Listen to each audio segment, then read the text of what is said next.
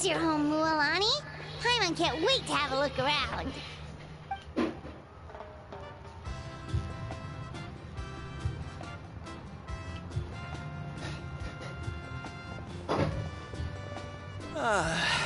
See? What did I tell you? A dip in the hot springs after a battle is just the best. Fetch me a bottle of wine, would you, dear? Just one? Let's get another. It's still early in the day, isn't it? Want to go to Golden Dusk later? Now this is a vacation. Absolutely amazing. Wow, it's so lively around here. Is there some kind of holiday going on? We try to treat every day like a holiday around here. We believe every day is worth celebrating. Now, let me show you around. Where to start? Shochikwi Cattle Records, Kalamchi Plaza. Oh, there's so many options, but I recommend starting with the real highlight around here. The hot springs, of course. Natural hot springs have tons of health benefits. Go for a nice long soak and you're guaranteed a good night's sleep. Wait, you want us to bathe? Here? Oh, don't be shy. Come on, I'll take you to get changed. Mualani! Huh? Oh, Auntie Atea! Please, I've told you that just Atea is fine. Do I look that old to you? Are you taking these two to the hot springs? That's right. Oh, let me introduce you. This is the Traveler, and the small one next to her is Paimon. They only just arrived in Natlan, so I'm taking them around to experience our customs. Hi there! I'm Mualani's neighbor, Atea. By the way, Mualani, I heard you lost to Kachina during the pilgrimage. Is that true? Yeah, I was this close to winning. Oh, definitely not the result I wanted, but still not too surprising. Kachina's always been strong. Anyway, it's all in the past. I'm gonna take these two for a dip in the hot springs. Talk to you later. Oh, wait. You'll need swimsuits first. I'm sure I can find you something lying around the shop. I'll go look. Hold it right there, young lady. Have you forgotten the rule about bathing in the hot springs? Rule? Oh, wait, you mean... There's a rule about bathing in the hot springs? That's right. Outlanders have to complete a trial at an artificial hot spring before they're allowed access to the natural ones. It's not nearly as scary as it sounds. Basically, natural hot springs have higher temperatures that not everyone can withstand. A few travelers have gotten scalded by the water in the past, so now we have an unwritten rule. All Outlanders need to adapt to the lower temperature artificial springs first. But seriously, Auntie Atea, do we have to be so strict? These two are formidable adventurers. I know they can handle it. Famous last words. The hot springs are not to be underestimated. You can never be too careful. Besides, the environment's been unstable lately. Could be a sign that the Abyss is about to attack. Oh, that sounds dangerous. You know, Paimon's really not all that formidable, so careful is good. Exactly. There will be no excessive risk-taking on my watch. Mualani, take them to the artificial spring first. Okay. That's more like it. And don't try anything funny. I'm heading to the artificial spring in a bit, and if I don't see you there, your days of copping free meals at my place are done. Relax. Oh, by the way, Atea, how have you been feeling lately? Much better. How else would I have the energy to keep an eye on all you rascals? Hey! You over there! How many times have I told you no roughhousing near the hot springs? Oh, shoot! That weird lady's back again! Run! Stop right there! Ugh. you need a stern talking to! She sure has a lot of energy. She's a legend in our tribe. Everyone knows her. Back before I inherited my ancient name, she was one of Natlan's most renowned warriors, famous for her love of hot springs. In fact, she often threw parties at the hot springs. She referred to anyone who came to these parties as her hot spring buddies. The attendees were all respected warriors like Liliuo, Kaiulani, Vichama, oh, and the Archon. If Paimon lived here, she would take advantage of the hot springs too. It's just... during battle, she was impaled in the abdomen by an abyssal monster. The doctors managed to save her life, but they made it clear that she could never bathe in the hot springs again. Abyssal power still exists within her body. Immersing herself in hot water would accelerate the corrosion of her internal organs and the progression of her illness. Oh, no wonder she has so many scars. Paimon had no idea she was so seriously injured. That's normal. She never talks about her injury. She's worked tirelessly over the years to dig up artificial springs so that more and more people can experience our tribe's natural wonders, even though she can't enjoy them herself. I really respect her for that. Anyway, let's head to the artificial springs. If Auntie Atea gets there before us, we're gonna be in some real hot water.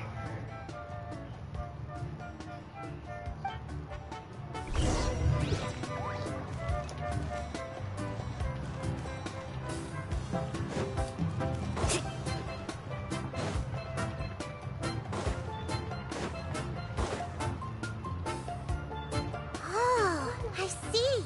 That's a great idea. I like it. See, I told you the chief would agree. Well, let's get moving then. We can't let a word of this slip to anyone else. Hey, Amina, Hikaru, Marukao! You three seem particularly cheerful today. What's the occasion? Oh, Mulani! You're back. Who are these two? This is the Traveler and Paimon, two very important guests. I wanted to take them to the natural hot springs, but Auntie Atea caught us, so we had to come here first. Oh, what a coincidence! We were just talking about her. We think Auntie Atea's illness has taken a turn for the better. Really? How can you tell?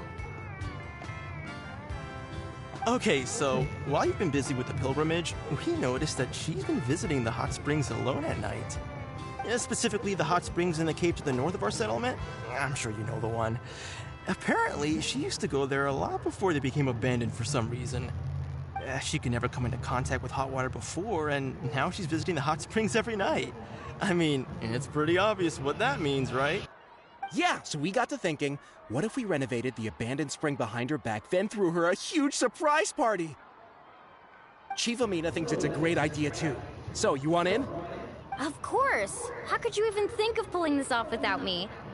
I'm a little busy right now, though. I'll come find you once we're done at the hot springs. Of course! Take your time. You should focus on our guests for now. These artificial springs are pretty new, but the experience is just as good as the natural ones if you ask me. We really worked hard on them, so I hope you enjoy. And you two, I know you want to focus on Atea's surprise, but don't forget your patrol duties in the meantime. The Abyss could attack at any moment, so we need to stay vigilant. You got it, Chief. We'll keep an eye out. You can count on us. All right, we're off then. See you at the abandoned spring, Mualani.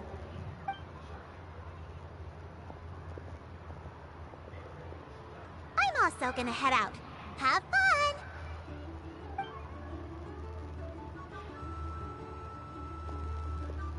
Finally, it's hot spring time! Oh, I already arranged swimwear for you guys, by the way. Come on, I'll show you to the changing room.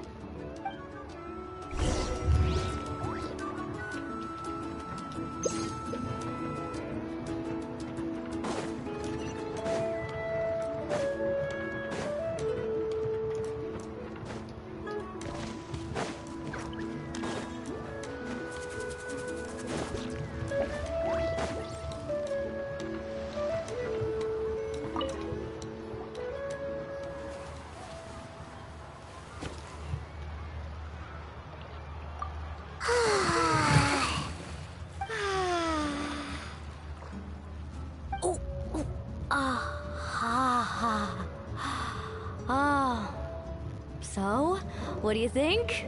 Can you feel the warmth relax every muscle in your body? Yeah, it's so nice. The steam is warm too.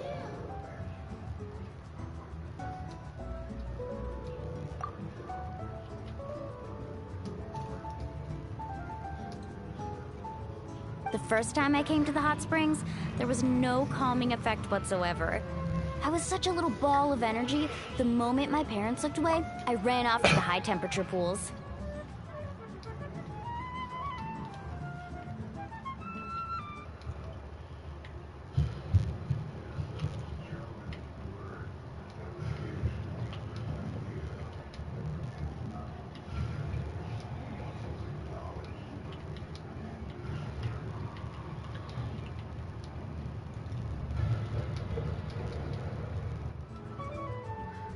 It was actually pretty funny looking back on it. They were absolutely frantic, looking for me all over, until finally they saw my head slowly poke out from under the water.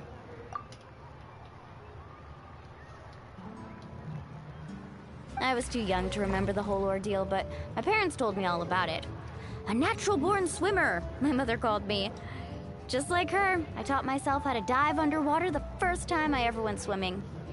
So feel free to go for a swim. I'll be right here if you need rescuing. Okay, here goes nothing. Auntie Atea, you really came to check on us? Oh, it's so cute. Of course. And I'm glad you listened. I brought you all some milk and snacks as well. I'll just leave them here. The temperature in the artificial springs isn't too high, so I went with Saurus crackers and grain fruit chips. See how you like them. Oh, thank you! These are great! Well, I did make them myself. Very few young people know how to truly appreciate hot springs, so listen carefully. The temperature of the hot spring not only determines the type of snacks you should choose, but also the amount of time you should spend in the water.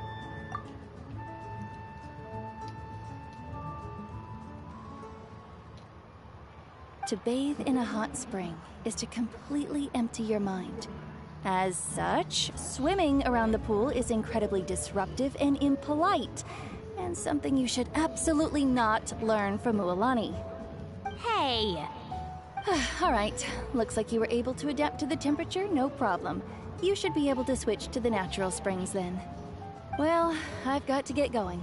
Oh, and make sure you drink your milk. I'm looking at you, Mualani. I still remember how you used to pour it into the water when you were little. That better not happen again, whether I'm here to catch you or not. Okay. Paimon didn't think you were the type to do something like that. I remember thinking I'd totally get away with it too. But turns out milk is pretty easy to spot when you pour it into clear water. Not my best work.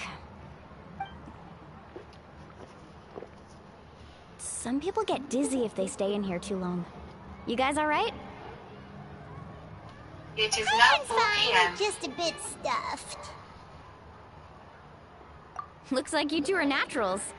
Oh, by the way, I have to leave you on your own for a little while this afternoon. I'm gonna help the others fix up that abandoned spring. I certainly don't trust their aesthetic tastes. Who knows what will become of the place if I leave them unattended? In exchange, though, I can recommend a couple... Huh? Yeah, she brought us snacks and taught us...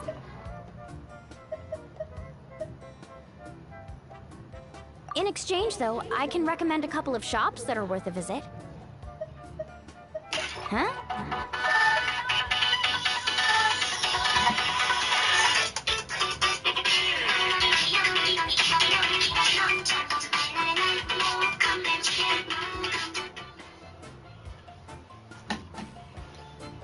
Friends are supposed to help each other out. We'd feel bad otherwise. Yeah, she brought us snacks and taught us about the hot springs. We want to do our part too. Well then, the more the merrier. Alright, we should get going. Let's organize the best hot spring gathering Natlan's ever seen.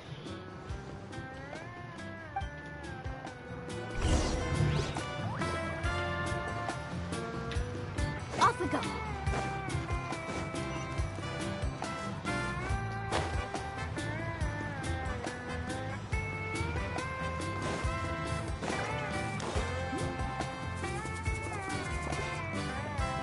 Mulani!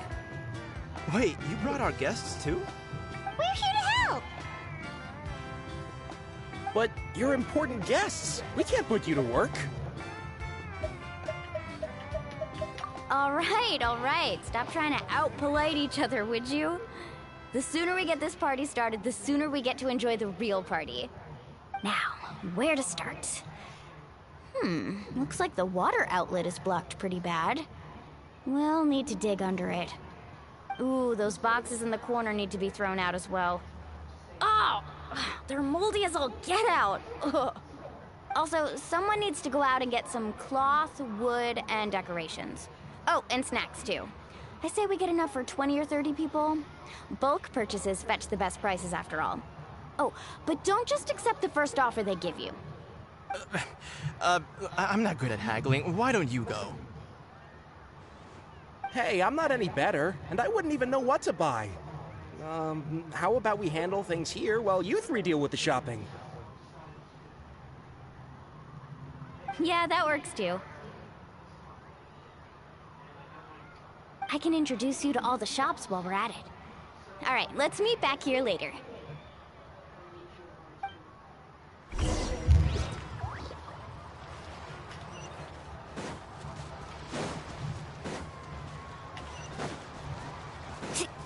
Let's ride!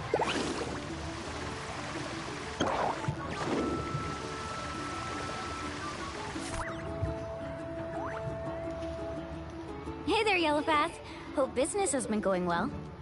Well, if it isn't Mualani, back from the pilgrimage? That's right.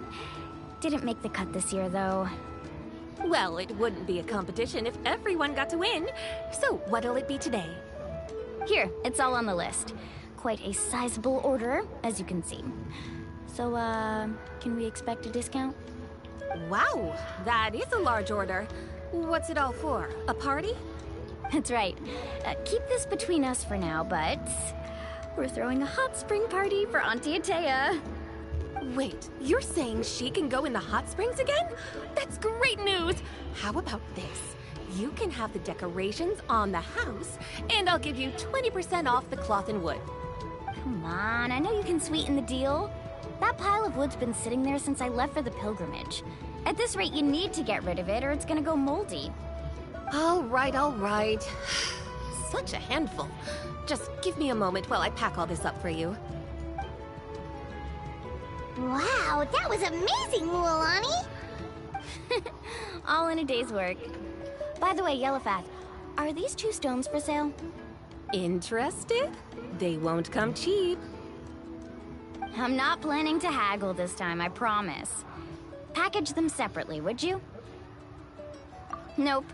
Kachina likes shiny little trinkets, so whenever I come across something like that, I always buy it for her. I'll hold on to them for now. It'll be a nice little surprise for her when she returns victorious from battle. I'm sure she'll like it. All right, that should be everything. If you could just double check, make sure nothing's missing. Let me see. Huh? What's this crate of juice doing here? That's on the house. 7 years ago, when the Abyss attacked our tribe, Atea saved my brother's life. She never asked for anything in return, but I could never forget what she did for my family that day. So, send her my regards, would you? And have fun! Oh, we will. It's gonna be a party to remember. Thanks a lot, Yellowpath.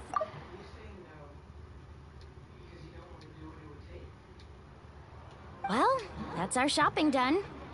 Let's head back.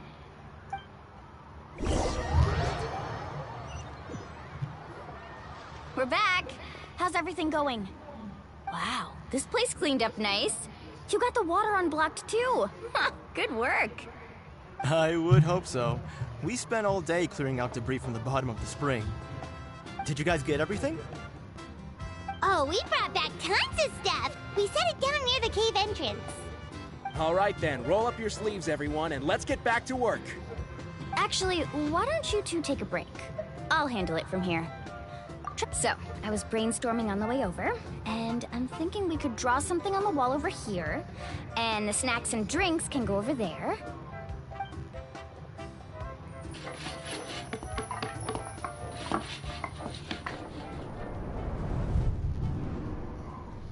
So, what do you think? Not bad, right? It looks amazing! Paimon had no idea you were such a great designer! Well, I'm usually the one in charge of the family store, so I'm pretty good at things like renovation and organization. Not to mention, this was totally a group effort. Still, I didn't expect it to take quite this long. Guess it's too late to invite Auntie Atea over, huh? Yeah, tonight's definitely not gonna work. Chief Amina set up those patrols to guard against the Abyss, and Atea volunteered. So she's on watch tonight. I see. Well, guess the surprise will have to wait until tomorrow. This could actually be a good thing. She can relieve all the exhaustion of keeping watch all night by soaking in the hot spring. Ha! She's gonna love it. Well, let's call it a day then. Traveler, Paimon, you must be tired too. Come on, I'll take you to the inn.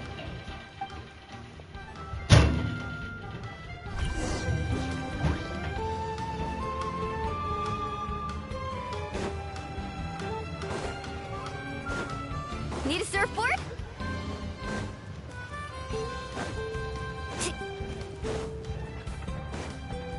Need a surfboard? Faster!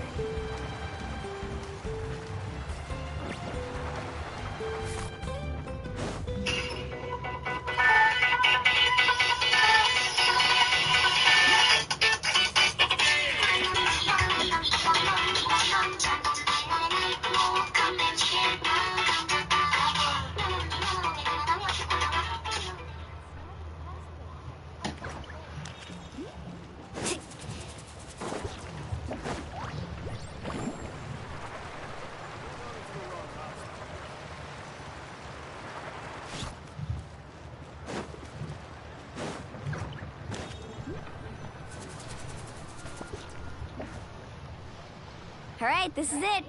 Get a good night's sleep, okay? I'll see you tomorrow. Yep, good night!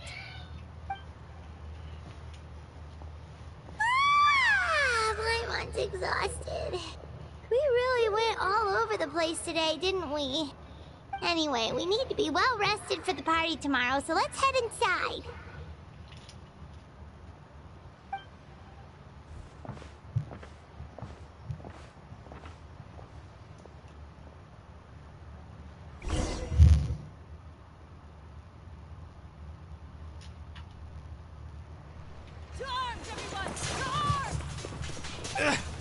Why now?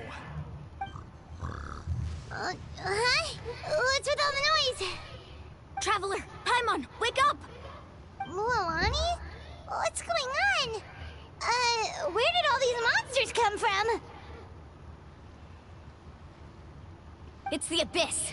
Our patrols are trying to drive them back as we speak. Come with me. I'll take you somewhere safe. Mualani, a little help over here. We can't hold them back much longer. One moment.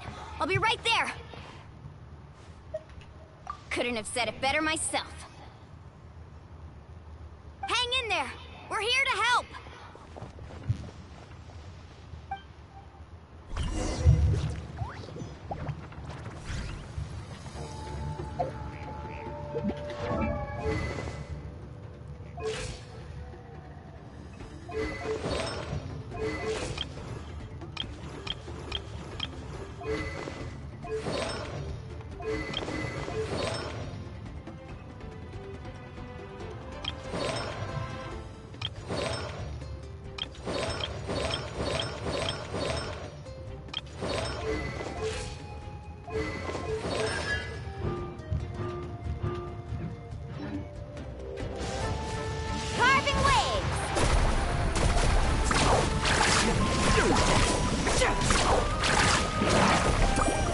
Tide rises! Yeah! Let's round them up!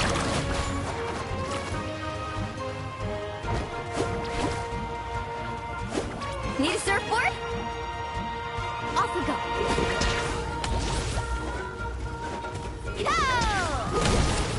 Oh, have they been contaminated by the abyss? No, they are the abyss. Destroy them! This back. Woohoo!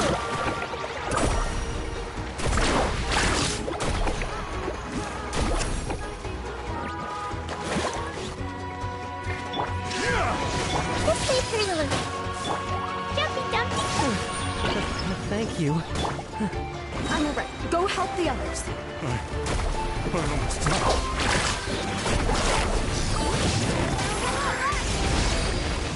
Carving waves.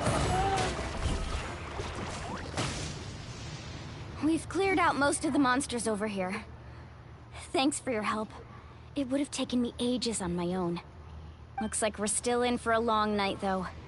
We still have no idea where these creatures are coming from. Let's go ask Amina. She'll have a better handle on the situation.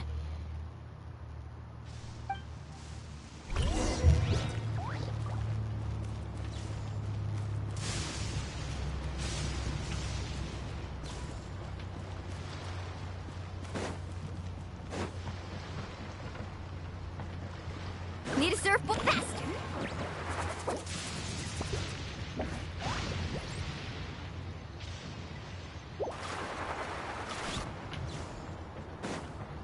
Off we go!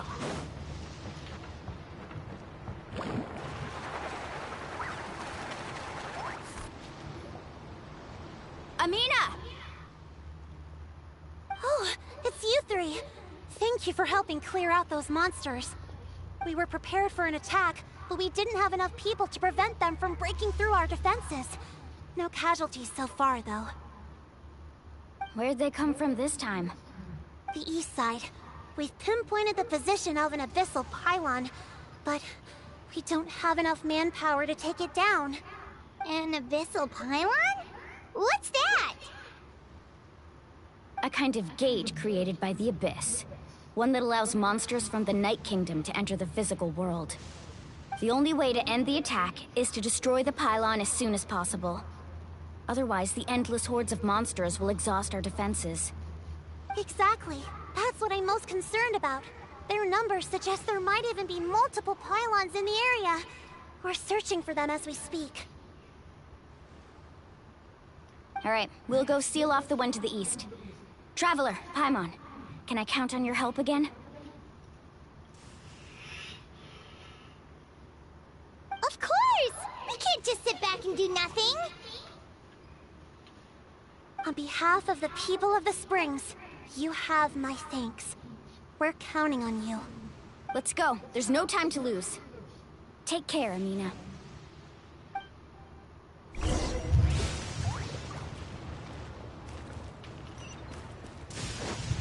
Carving waves!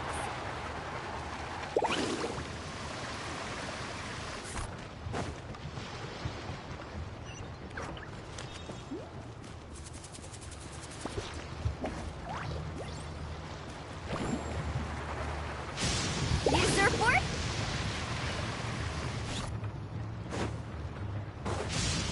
Moalani, is that the pylon? That's it, all right. Come on. Let's get rid of this thing.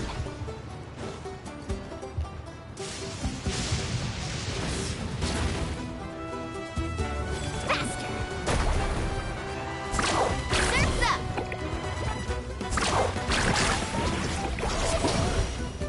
Commit it to memory. Make yourselves a home. Now you shall perish! Ha! Ha! Kyuh! Ha! Ha! Kyuh! Ha! Ha! Pew! This way, Perlu. There is no escape! Let's ride!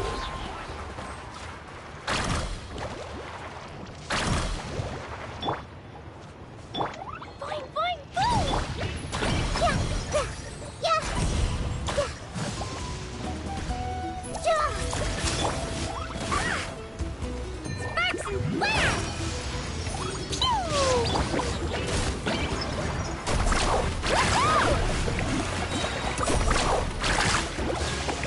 Woohoo!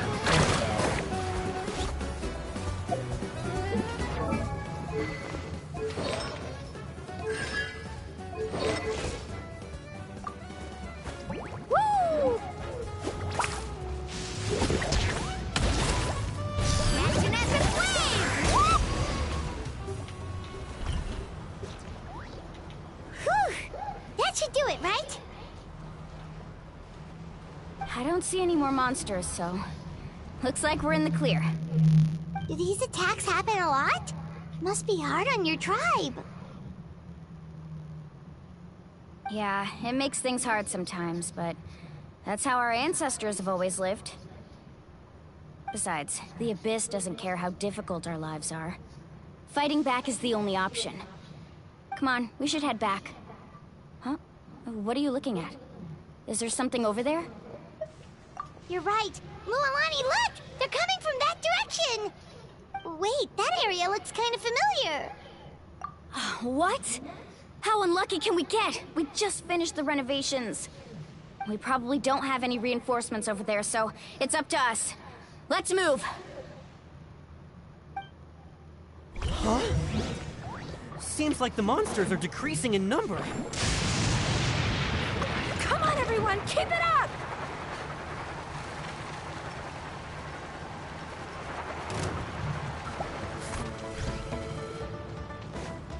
Off we go!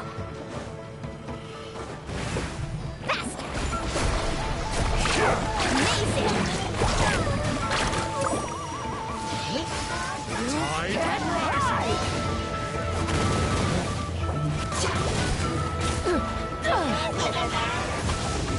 Watch the surfboard!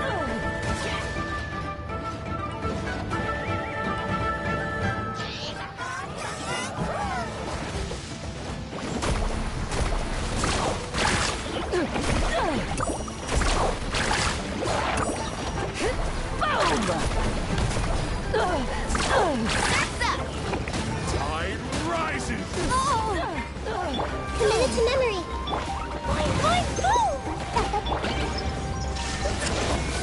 Carving wave! Amazing!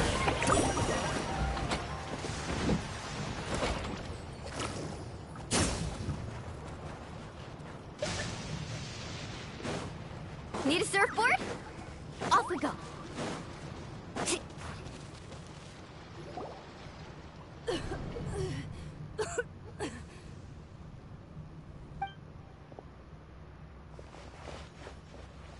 Ataya, what are you doing here?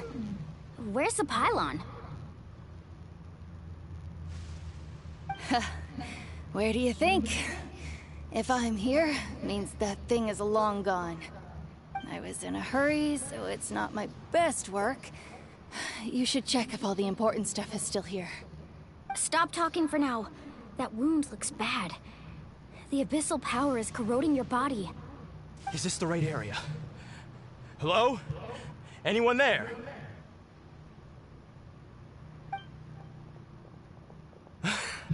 Mulani and Ataya. What's going on? We were told the second pylon was over here. Ataya took care of it, but she's injured. Quick, someone get a doctor! All right, stop fussing. Don't you think I know my own limits? The main thing is they didn't destroy anything. This is a beautiful hot spring, by the way. I can tell how much work you put into it.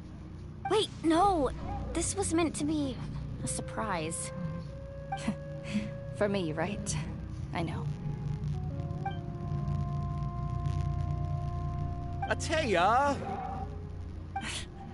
You think I couldn't tell you were avoiding me on purpose? Not one of you stopped to say hello today. It couldn't be more obvious that you were hiding something. And you, Mualani, were you the one that brought the snacks? How many times have I told you, you have to choose them based on the temperature of the water? Oh, forget about that. The doctor's almost here, and you're gonna get all better. Then we can have a meal together, and I'll help you make whatever you want, okay? You just have to hold on.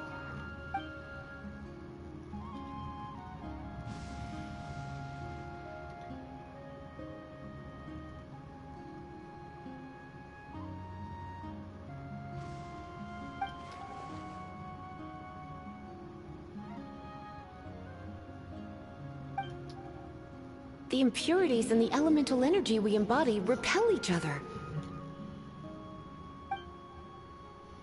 What? The crystal has been purified?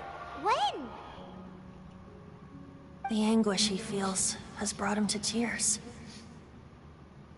I also came across a teardrop crystal. Can you purify it?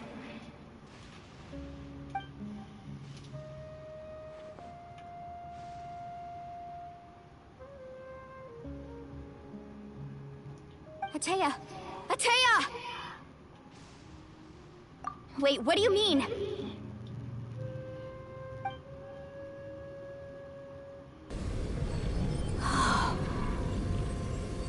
What is this?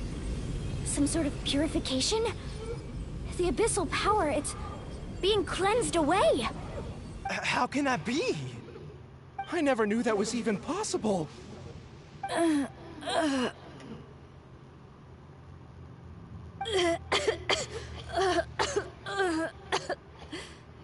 Atea! The mark of the abyss. It's gone. Yes, thanks to the Traveler. By the way, Traveler, are you alright? I just saw you purify abyssal power from Atea's body. That didn't injure you in any way, did it? You're sure? Good. Good.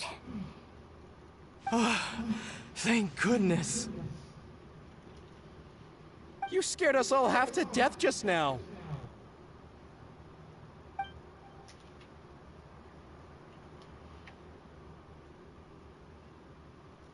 All right, everyone, head back and get some rest. We'll meet here tomorrow. We'll celebrate Atea's recovery and our triumph over the abyss. And most importantly, we'll show the Traveler and Paimon how grateful we are for their aid. Let's make it an occasion to remember. Dismissed! Got it!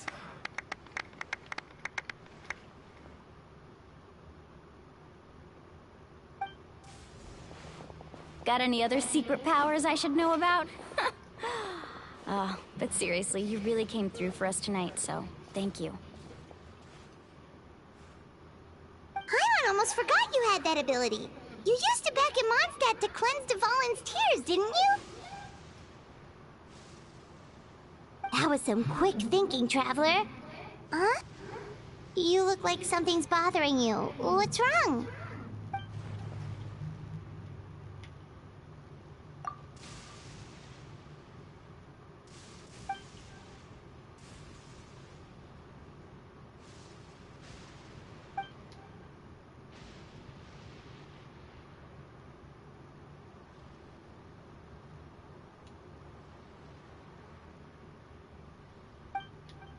Abyssal power still exists within her body.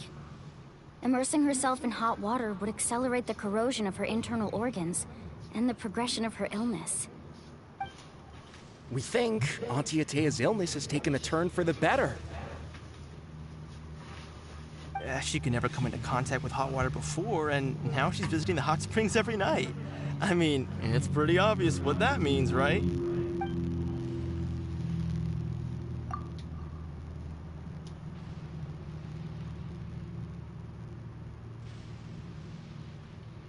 Hello?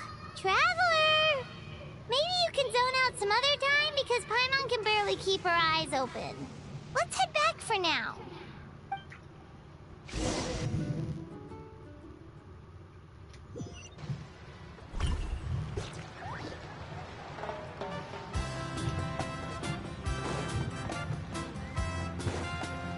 Need a surfboard? Off we go. Need a surfboard?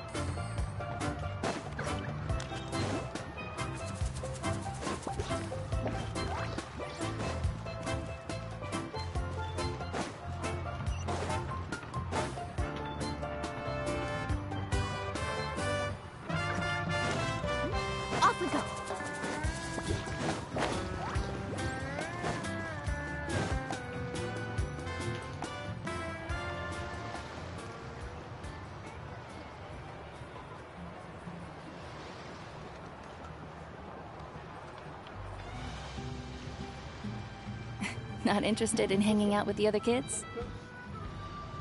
Snacks not to your taste? Hot spring temperature too high? None of the above, huh? I heard you were the one who cleansed the abyssal power yesterday. You sensed it, didn't you? I was hoping to keep it a secret for a few more days. Didn't want to ruin the celebrations and all. But looks like it was no use. Hey, kid! Who, me? Yes, you. Come on. Let's go for a walk. Hey, where are you going? Did something happen? Just going to get some air. It's too noisy in here. You have fun. We'll be right back. Oh, and there are extra snacks in that box over there if they need replenishing. Baked them all fresh this morning. All right! Sounds great!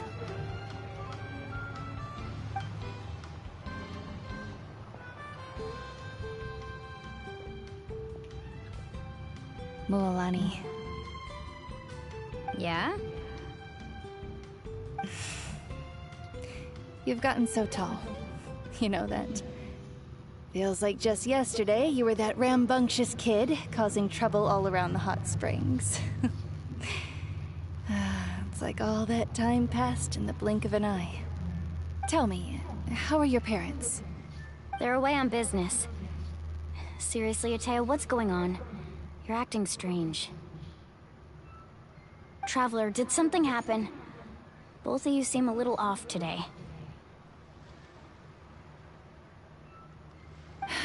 I guess I should explain.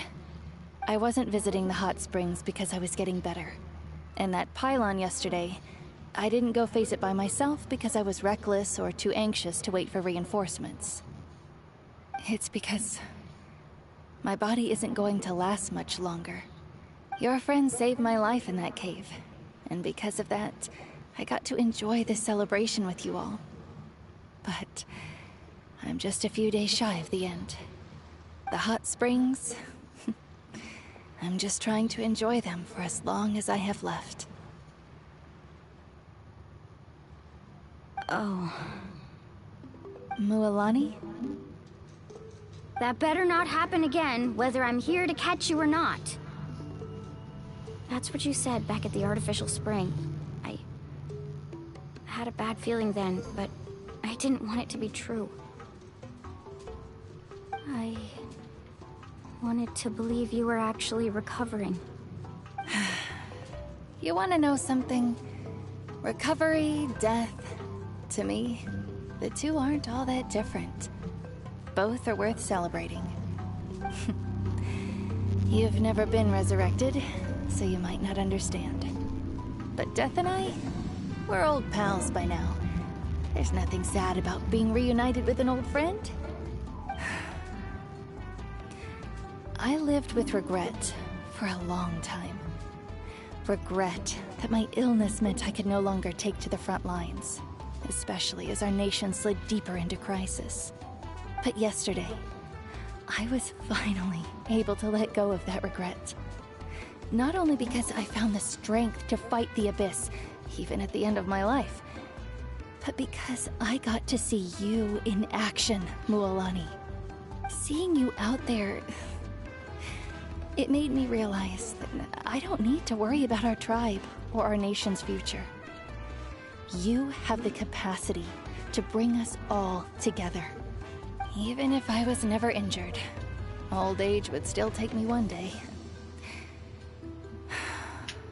But I've done what I needed to do. The future is in your hands now. Just remember, whether in life or death, I am always with you. I understand. Seems like you've given this a lot of thought, Atea. Thank you for telling me all this. I'll do everything in my power to protect our tribe, our nation, and live up to the example you set for me. Good. Oh, and if any of you have the chance to meet with the Archon, could you give this to her for me? A talisman I've carried with me my whole life. It may seem strange to say while I'm still alive, but just think of it as a relic I'm leaving for her. It's brought me good fortune in battle. Even after I became too sick to fight, I never took it off. Just tell her it embodies fond memories and my strength of will. She'll know what I'm trying to say. Don't worry. We'll make sure she gets it. All right. That's all I wanted to say. Let's head back to the party. No use spending what little time I have left being sad.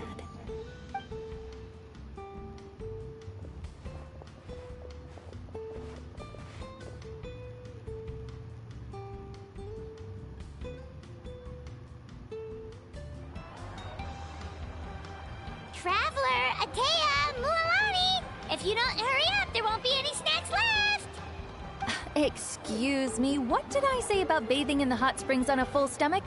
Hey, are you listening to me?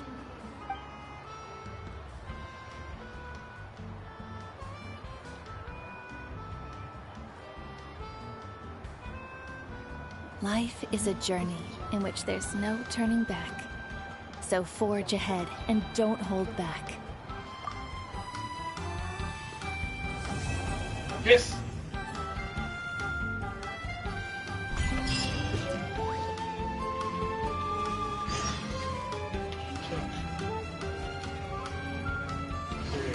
Exactly.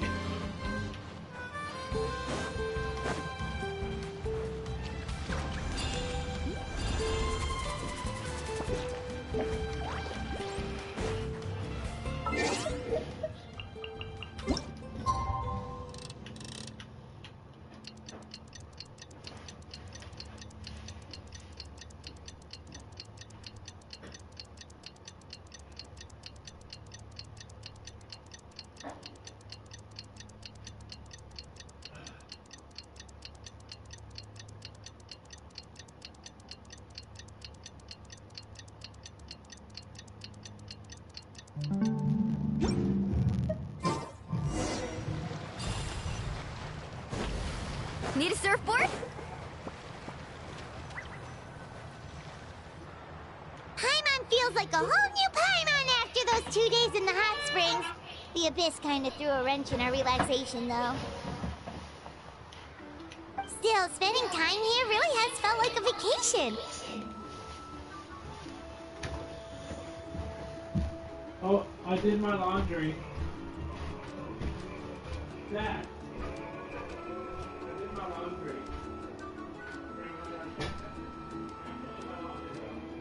Did you bring the trash can? Go with the trash can. Get your computers back. But I only want one of my computers back.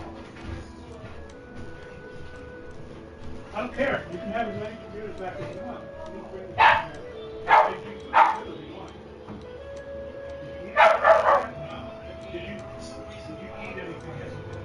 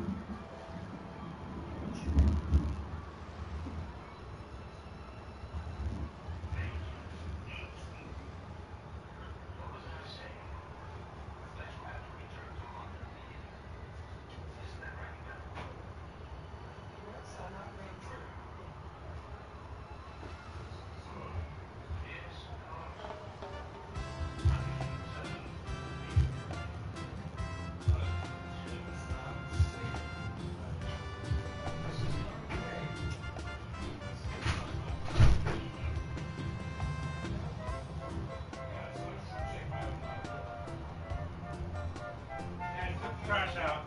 Subtraction. Alright, now finish up. I did. I folded my laundry. Take it upstairs and take the hangers downstairs. Gotta do the full chore.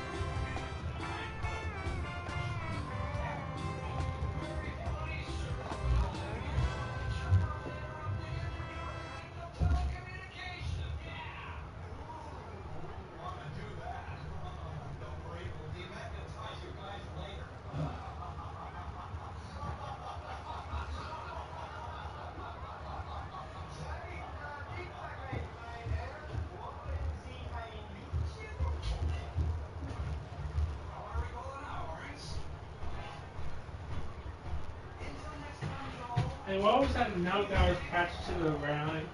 That was something from Mom. I don't know what that. I actually ripped it off. That's all right. It was enough to rip her yesterday. So I was like, I was putting my hand on the railing. Rock on my hand.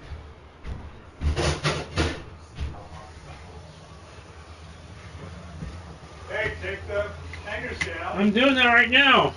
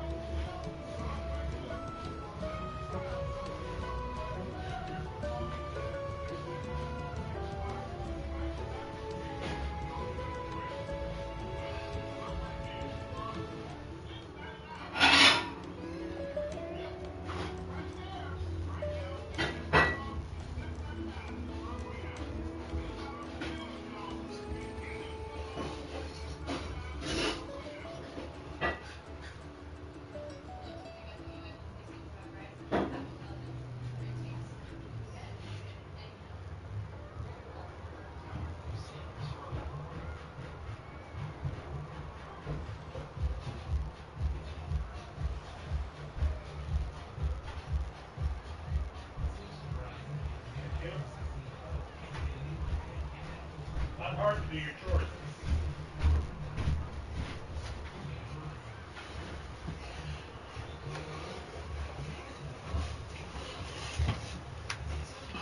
The Kaholasaurs are so nice and so fun to play with.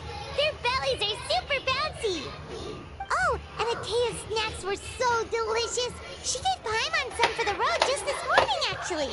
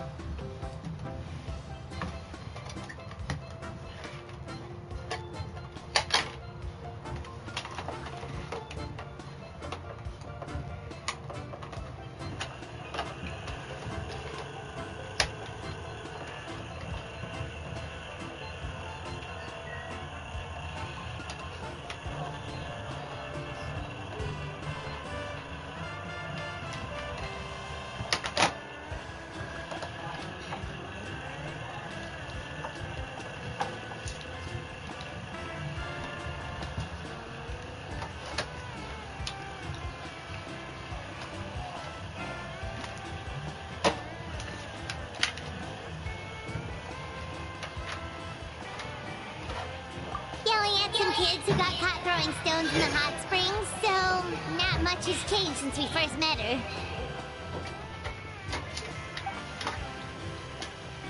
Hey, you guys. Sleep well last night? Yep, this area is so nice. Glad you like it. I was thinking of taking you guys out to do some sea fishing. Later tonight, we can eat whatever we catch. Fresh fish is absolutely delicious right off the grill. Hey, Mualani! Yeah? What do you need? The team sent out to fight in the Night Warden Wars has returned. And Kachina? Is she back as well? Kachina fell in battle. Oh. But don't worry, the team was victorious, so the rite of resurrection will be held in the stadium soon.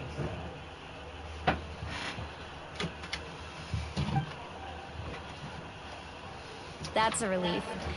The Abyss is cunning, and it was her first time. Mistakes are bound to happen.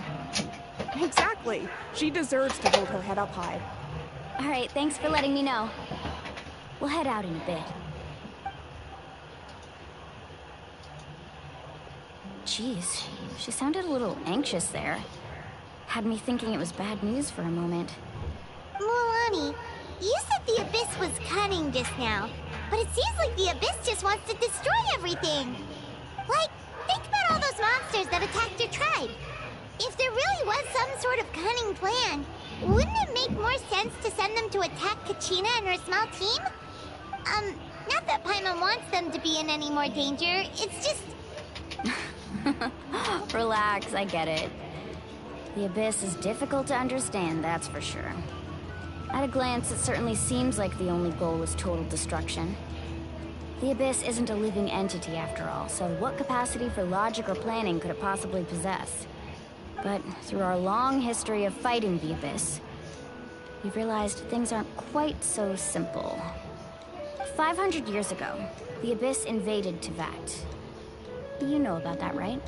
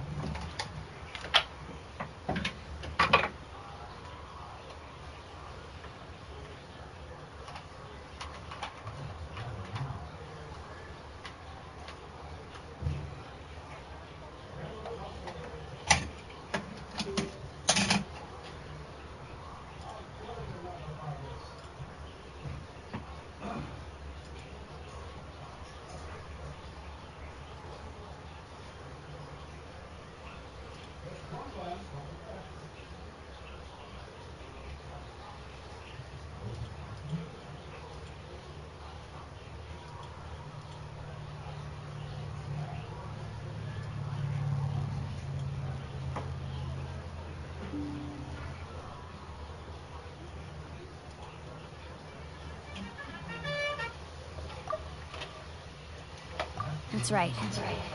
Conria suffered greatly during that time. But so did every other nation in Tibet.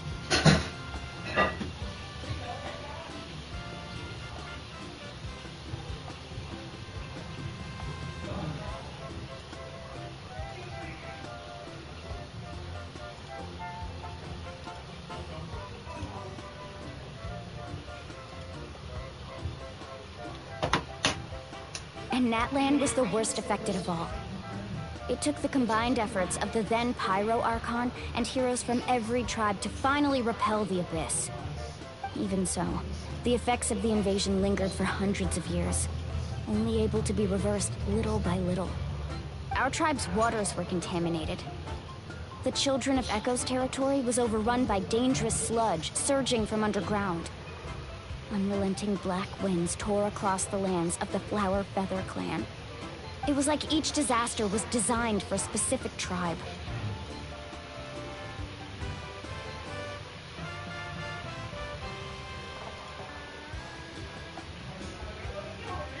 Exactly. We once thought that the Abyss's desire for destruction was a sort of primal instinct. But its methods are, in truth, marked by intelligence. We now believe the Abyss has invaded the Night Kingdom, and has the capacity to read the memories of this land at any given moment. And that's how it became so dangerous and cunning. Almost like it knows you inside and out. Yes.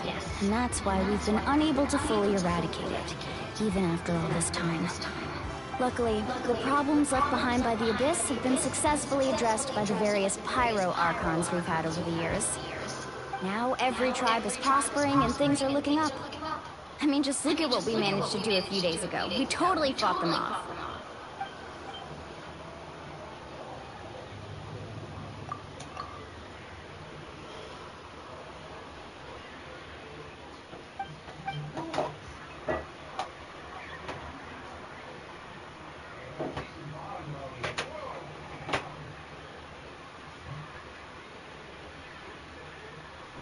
You must have had to sacrifice a lot to get to this point.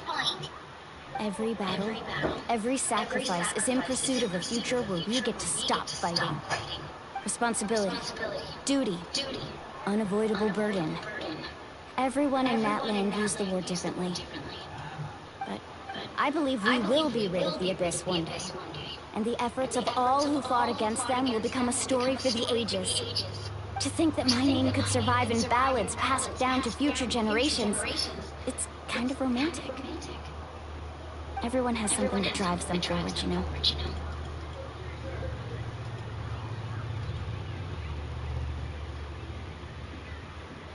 We have to. Not only for ourselves, but for our future. Anyway, let's head to the stadium. Our fishing trip can wait until Kachina's back with us. The sea's not going anywhere.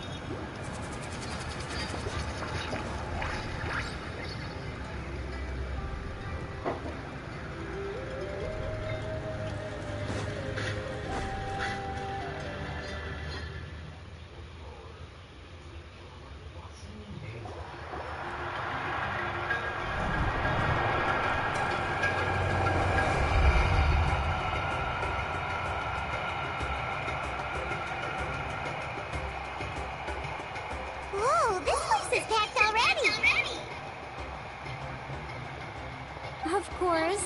No one's gonna miss out on the chance to welcome our heroes back from battle. It's their moment of glory. Kachina's gonna be so flustered. She's never had this many eyes on her before.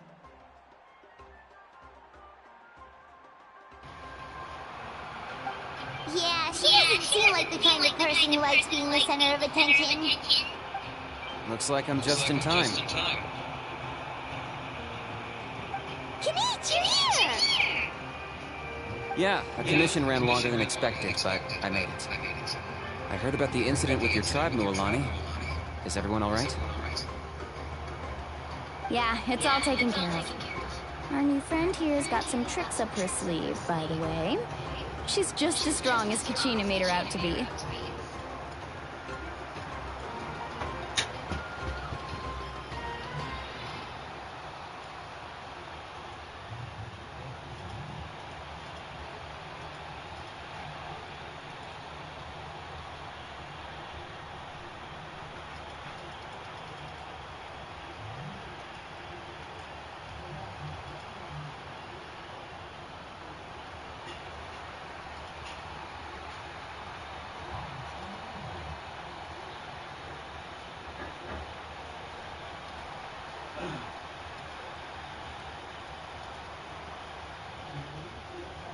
Hey, look! Is it about to start? That's right. Someone will come out and recite a eulogy, and then we'll sing the Ode of Resurrection together. Come on, let's find a spot with a good view. When the singing starts, just follow my lead and you'll be fine. Let's go somewhere higher up so Kachina can spot us.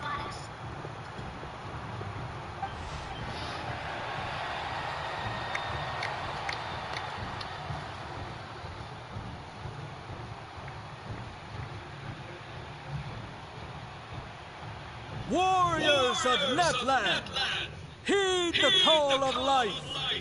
We are the inheritors of memory and legend. Those who grew alongside sun and wind. Those who forged our own destiny and future. That is Netland's fire, the lifeblood of our nation.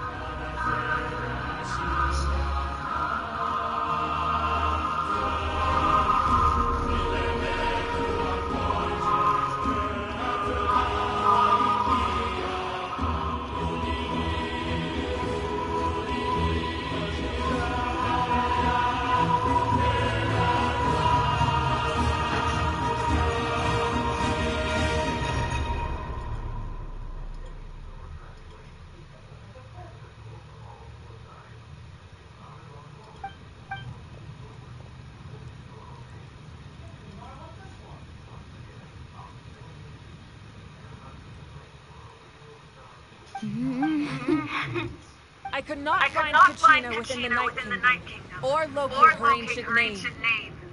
What? What does that even mean? Usually once the ode is complete, the Pyro Archon and resurrected person will emerge from the flames. But something went wrong. What's going on? This has never happened before. Well, I think it's pretty obvious. Clearly, the team sent to fight the Abyss didn't win after all. Think about it. The Ode rekindles all victors. We witnessed it countless times. Since the Archon couldn't find Kachina in the Night Kingdom, that must mean there's more to this victory than meets the eye. Hey! You just haven't gotten over the fact that Kachina beat you in the pilgrimage! Pathetic. The both of you. Your wild guesses are misplaced. We completed our mission. Maybe you did, but who's to say whether that little girl even contributed at all? Maybe she got scared and ran off. Why would the YUP recognize someone like her, even if she was on the winning team? How dare you insult a hero of Natlan like that? Kachina sacrificed herself to repel the Abyss. She doesn't deserve to be subjected to your vile rumors when she's not even here to defend herself. Calm down, Mualani. There's no point arguing with the likes of them. I can't just sit here and let them slander her like that. To insult a hero of Natlan, the person actually has to be a hero. You... Think about it, everyone. Who do you think is really at fault here? A girl who never should have even gone to war? Or the great Pyro Archon? Why would the rules of our nation suddenly stop working? It's true. If she wasn't revived, it must mean she failed to achieve victory. Maybe the YUP interpret victory in different ways? I mean, that girl didn't look all that strong to me.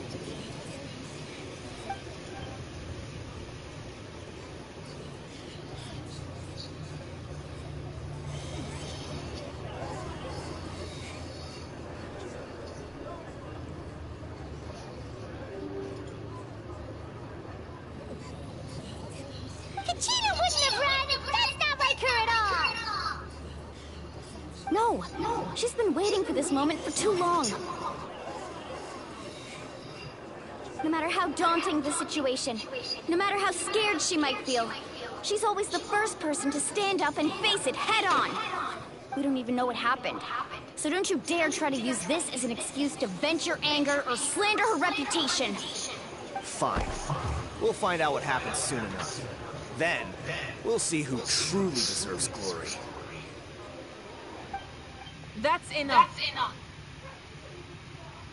There is no doubt about today's victory, or Kachina's part in it. She is a hero worthy of our admiration and celebration. However, the failure of today's ceremony is undeniable. Kachina has not been rekindled, and I offer you all my deepest apologies as I continue to investigate this matter. To prevent further casualties, I have decided to suspend the pilgrimage until this matter is resolved. What? No one is all-knowing. No one is infallible, not even myself. But doubt is a means by which we seek the truth, not a weapon we wield against others. I didn't mean it that way, Archon. If there are things you wish to clarify, then ask me directly. Doubt my answer if you wish. But now's your chance. You have concerns? State them. No, of course not. Even though I have said nothing to change your mind, then it would seem the truth never mattered to you at all. That guy doesn't even have the courage to answer the Pyro Archon's question. So much for all that glory talk earlier. I have a question, Archon. My friend Kachina. Do you have any idea where she is? It's extremely important to me.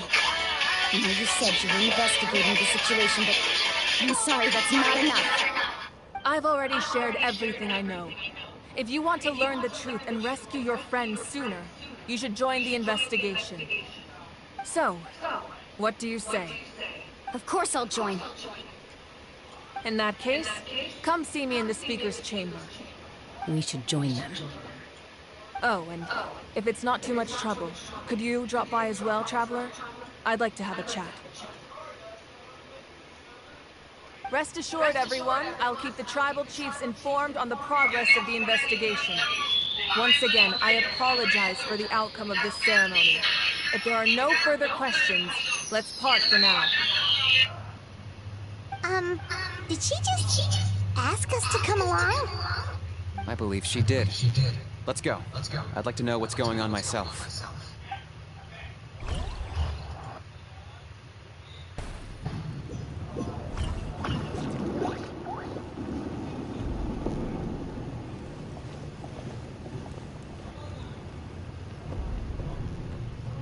The situation is urgent, so I'll get straight to the point. Kachina is undoubtedly a hero of Natlan, and I'm deeply sorry this happened to her. There's been unrest in the Night Kingdom, but I don't know what's causing it. As a result, I've been unable to track down her location. Until we find and address the cause of the unrest, the Ode of Resurrection will continue to be ineffective. And that means Kachina won't be able to come back? That's correct. Not until the problem with the Night Kingdom is resolved. How long will that take? It's hard to say. Kachina always dreamed of fighting the Abyss. Of doing her part to defend Natlan. She wasn't afraid of death because she knew, if it came down to it, the Pyro Archon would be there to bring her back to life.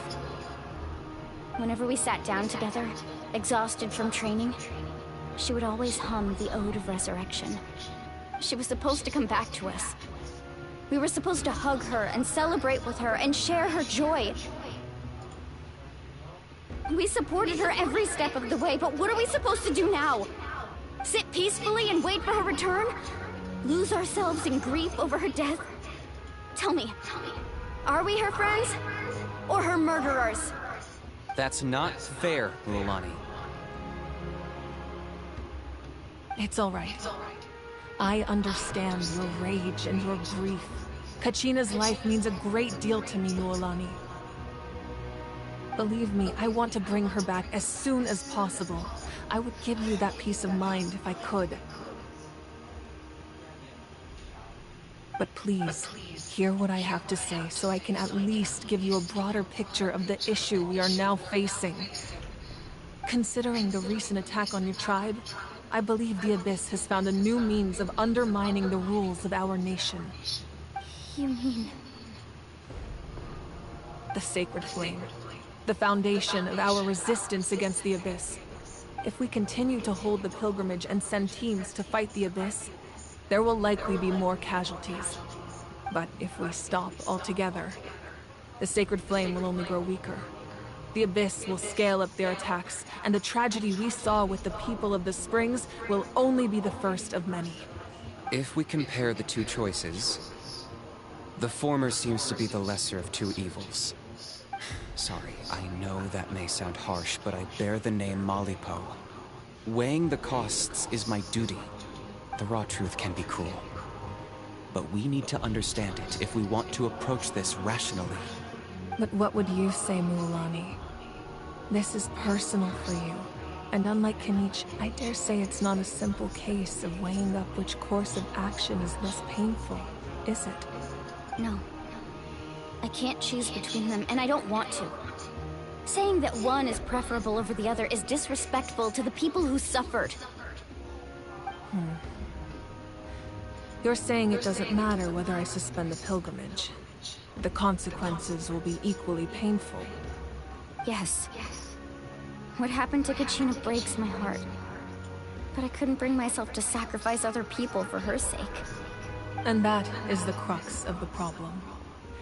It's not simply a matter of choosing the lesser of two evils. Either way, there will be people who suffer. And the end result will be the same. Belief in the pilgrimage will waver. Once doubt has crept in, the people will no longer unite in battle against the Abyss. And that is exactly what the Abyss wants. Their ultimate goal isn't to break the rules that make the Ode of Resurrection work. It's to destroy the people's faith in them. To prevent what happened to Kachina from happening to anyone else, we need to suspend the pilgrimage. So that is my current plan. And in the meantime, I've made efforts to strengthen each tribe's defenses. Then, we have to find another way of strengthening the Sacred Flame to keep the Abyss at bay. This won't be easy. I'll need time to figure out the best approach. I understand your anger, Mualani, but I hope that provided some clarity, at least. Wow. Hyman thought things were gonna get heated for a second, but the Pyro Archon took the time to explain everything so patiently. I owe you an apology, Archon. I let myself get carried away earlier, and I'm sorry. You're right. We need to focus on finding solutions. We could always hold the pilgrimage without sending a team to fight in the Night Warden Wars. That way, we would still be able to fuel the sacred flame. I've considered that, but the two events have nearly always been linked. Without the chance to fight the Abyss, pilgrimage rankings lose their prestige, and competitor numbers will drop. With fewer participants, the amount of contending fire produced will decrease, and the vicious cycle will continue indefinitely. So, essentially, the Abyss is taking Kachina hostage.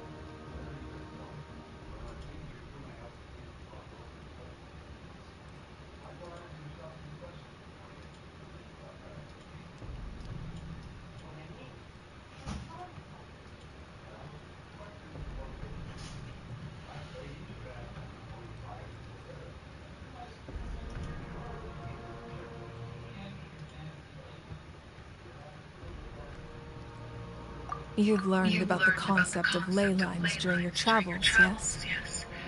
The Night Kingdom is something similar. Staying there for a short period of time shouldn't have an effect on the person. But with the Abyss in the picture, it's a different story. Your sense of self will be devoured until eventually you become one with the Sea of Souls. Imagine pouring a cup of water into a rushing river. You can try to scoop up another cup, but there's no chance it will be the same water you had before. I won't sugarcoat it. That is the danger Kachina is currently facing. Just like you said, Archon. Both of these problems need to be addressed. You can focus all your efforts on dealing with the Sacred Flame. I will go search for Kachina. The Abyss poses the same threat to you as it does to her. It is very possible you will not return. Knowing that, do you still choose to go? Kachina's waiting for us to rescue her. That's all that matters. I failed to protect her during our campaign, but I can make it up to her now. I choose to go as well. Traveler? What do you think?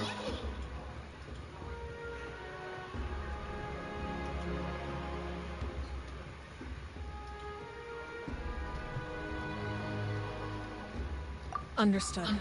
Then I'll support you in any way I can. The Masters of the Nightwind have a technique that can extract an ancient name from the ley lines.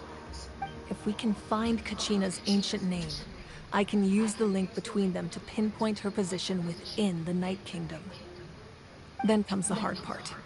You need to visit the Night Kingdom in person and rescue her. But isn't the Night Kingdom a land of souls? Can we even go there? Under normal circumstances, only the consciousness can enter.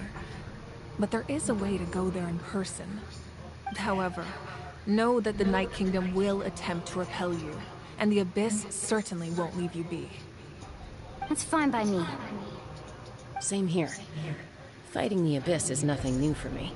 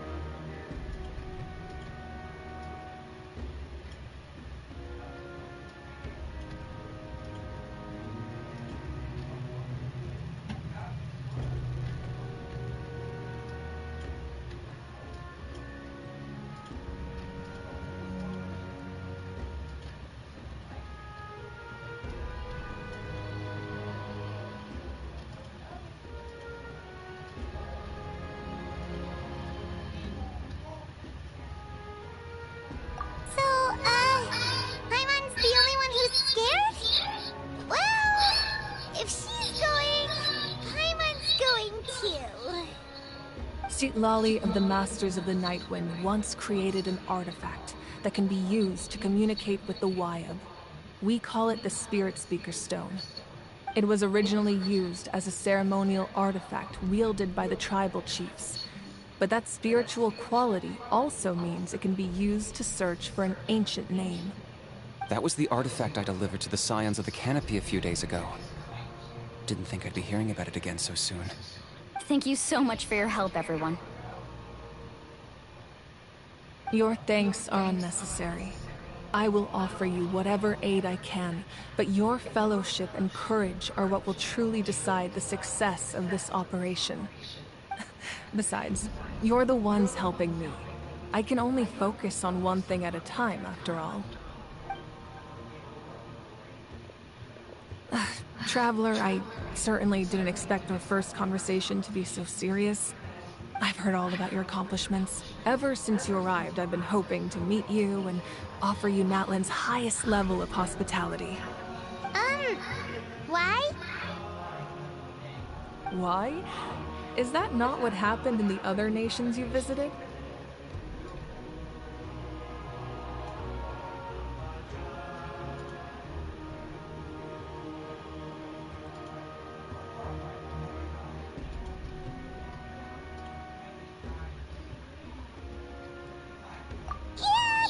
Pretty complicated at the start. And, you know, in the middle. But our reputation's solid nowadays. That's more like it. After all, I've heard you're someone who transcends fate.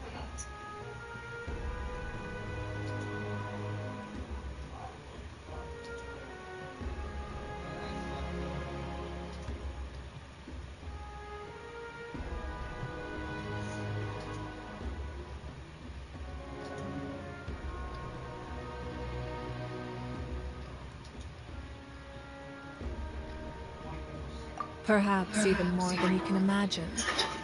But we can talk about that some other time. Ideally, this would be the perfect night for a drink and some musical ambiance. But there are important things to be done. Oh, I almost forgot. Atea was wounded in the fight against the Abyss. She wanted us to give this to you. It embodies fond memories and my strength of will. That's what she asked us to tell you. She said you'd know what that means. I didn't think this day would come so soon. The flames of her life force. I can feel them flowing within the talisman. If things were different, the two of us could have enjoyed the hot springs together while she gave this to me in person. We're supposed to be hot spring buddies after all. But don't worry. This talisman means a great deal to me. I'll take good care of it. And once this is all over, I'll pay Atea a visit.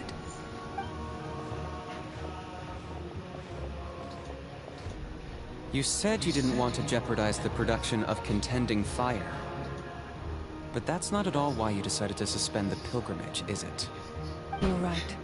Even now, the production of Contending Fire is far from sufficient. The gradual corrosion caused by the Abyss has resulted in a massive shortage of pyro energy, and we're currently at the breaking point. As things stand, the pilgrimage is a lost cause. Suspending it allows us to save our strength to defend the tribes. The Abyss has brought catastrophe to Natlan, and Kachina's disappearance in the Night Kingdom is a direct consequence of that. We can't let the general public know that. No. If the public learned that Natlan's destruction was close at hand, there would be immense panic. But if I said nothing at all, they would have continued to question the integrity of Natlan's heroes. Another simple choice. The latter was clearly the better solution. But you chose otherwise. I have never subscribed to the belief that the right choice is the one with the fewest sacrifices. Let's go. There's still a way for the sacred flame to last a little longer. You mean? Yes. Come with me.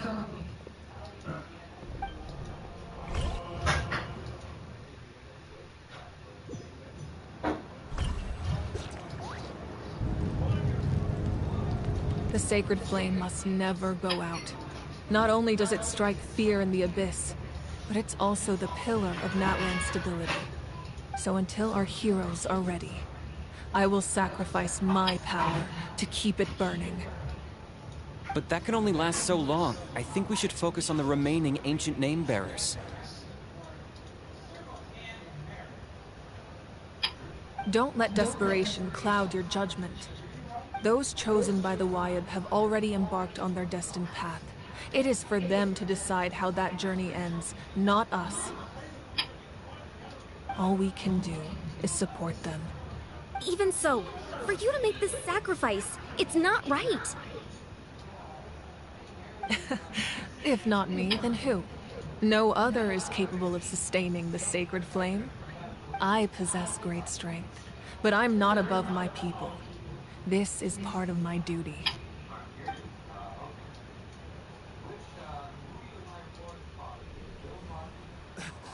Archon, it's the Fatui!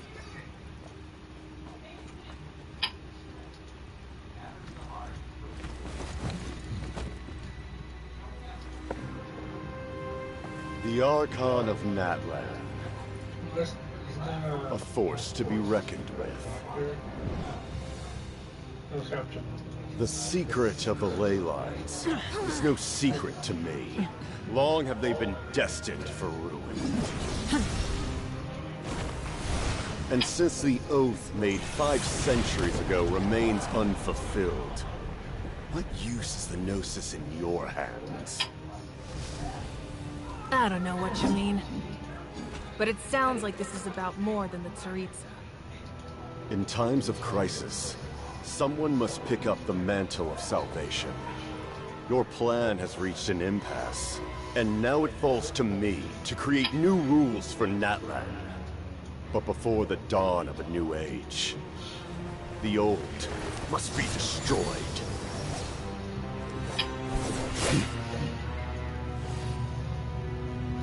I assume that's the end of your speech?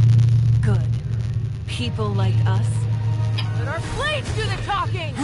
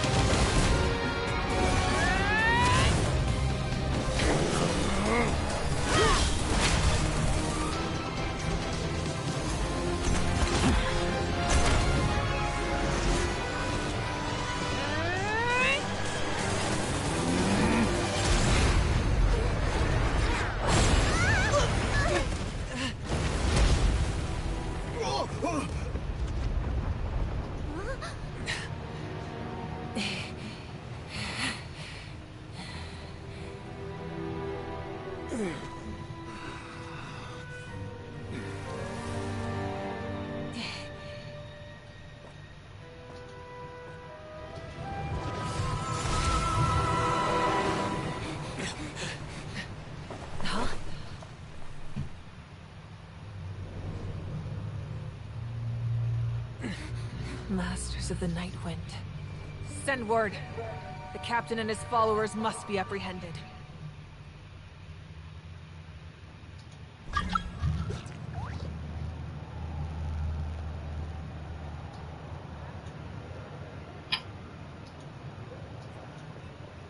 Are you alright, Archon? He was a formidable opponent. Exactly what I would expect from the first of the Fatui Harbingers. I never imagined someone could match you in combat. If the Tsaritsa sent him here, why would he bring up what happened 5 centuries ago? Yeah. And how much does he know about Natlan? The Harbingers are all driven by their own personal goals. The only purpose that unites them is collecting the Gnosis. But I'm sure the captain has his own reasons for being here as well. Whatever his motive, we should shift our focus to the Fatui. If they attack again, and we're not prepared, we're done for. No, we're running out of time. The wound I inflicted should hold him back and weaken him for the time being. Besides, I'm sure you noticed, the power that came to his rescue just now came from the Masters of the Nightwind. In other words, there are traitors among us. Not necessarily. This could prove to be a very valuable turn of events. When we exchanged final blows, I sensed an unusual presence within him. I'll need to investigate further. Kanich, go to the Masters of the Nightwind and look into who could have aided the captain. Speak to Lali. She should know. Of course, I'll head out right now. Do you still intend to... Yes, but fear not.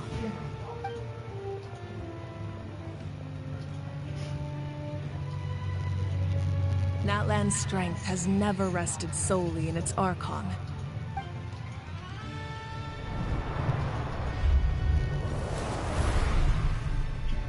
Together we foresaw the only path that leads to our nation's future.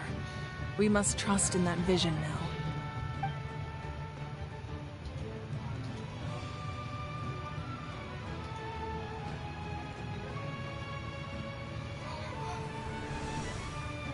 Is everything okay, Archon?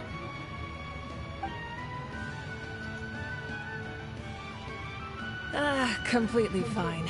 Just lamenting the fact that I never got a picture when I could still turn my hair into flames. Too late now. I just hope the others have a safe journey.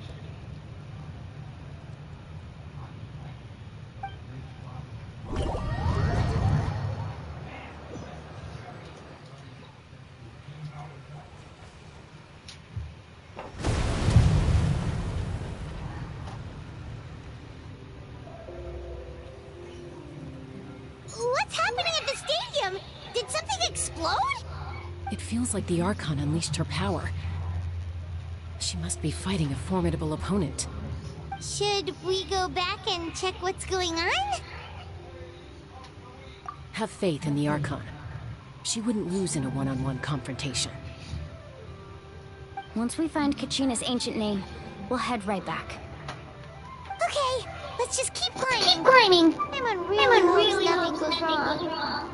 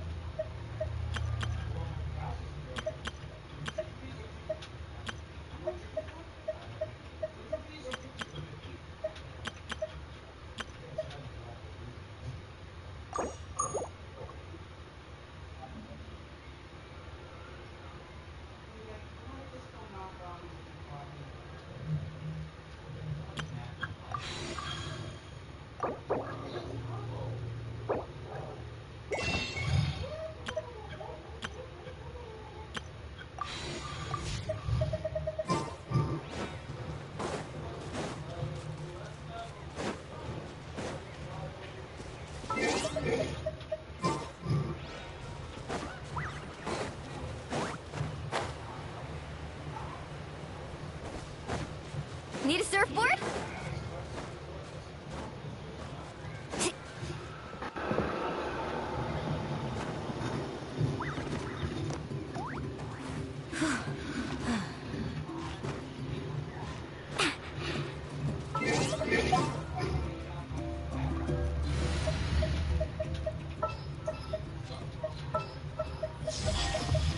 Didn't keep you waiting, did it?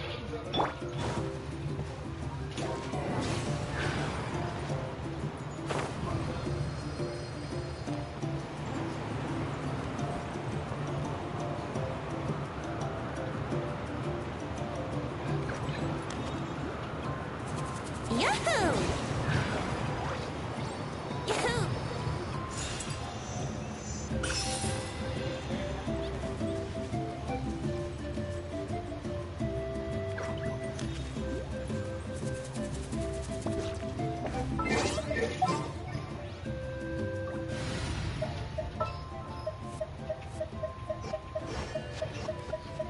Want me to come along?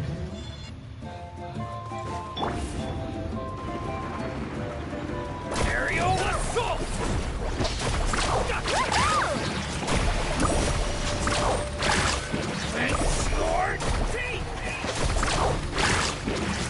Shine down!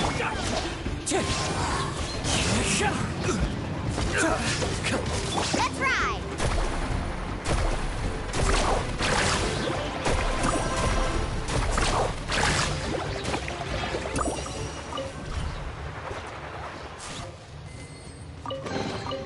The best stuff's always at the bottom.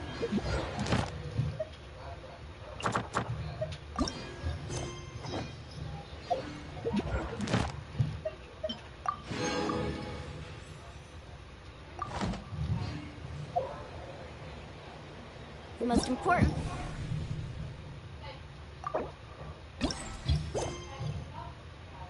Going to have fun is, well, going out. So just show up and...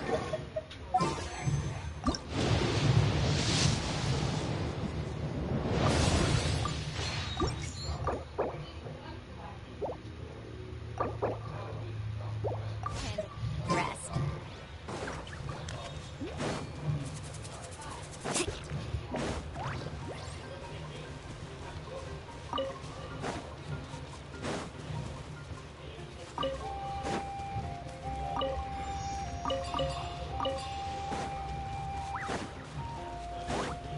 Need a surfboard?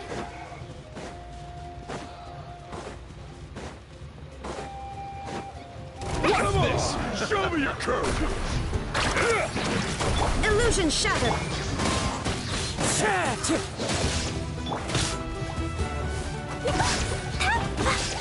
Dumpty Dumpty! Carving waves!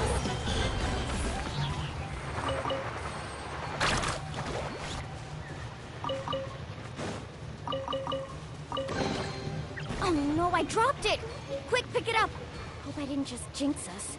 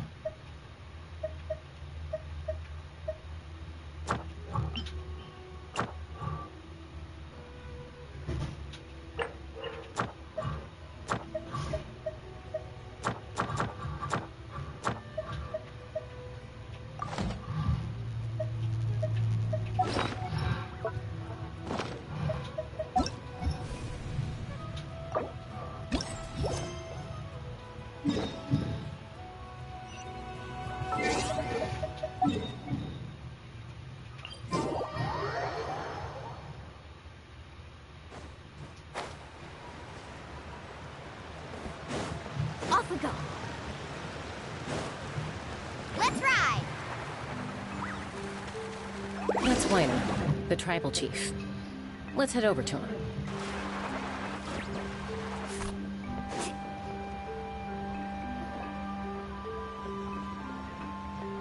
Chaska. Nice to see you again, Wyna. I'm afraid we don't have time for pleasantries, so I'll get right to it. Whoa, hold on a second. At least tell me why you need it first. My friend Kachina is trapped within the Night Kingdom. We need the stone to find her ancient name and rescue her. Rescue her? From the Night Kingdom? That's right. I'm sorry, but someone needs to tell you what you don't want to hear. Going there, a mature warrior would never make such a foolish decision.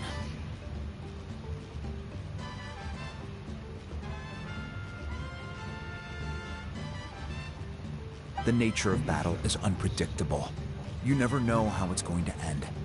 Losing a friend is tragic, but when that happens, the best thing you can do is focus on how to prevent further casualties. I appreciate what you're trying to say, Chief Wyna. But if the price of maturity is abandoning a friend in need, I'll choose foolishness any day. If Kachina's still holding on, then so will I. I thought you might say that. Is something wrong, Wyna? This doesn't seem like you. Life isn't complete without taking risks. That's always been your mantra. It's nothing. The Night Kingdom is a dangerous place.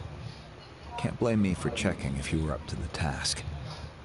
If you're that determined, far be it from me to stop you. Here's the stone. Keep it safe, okay?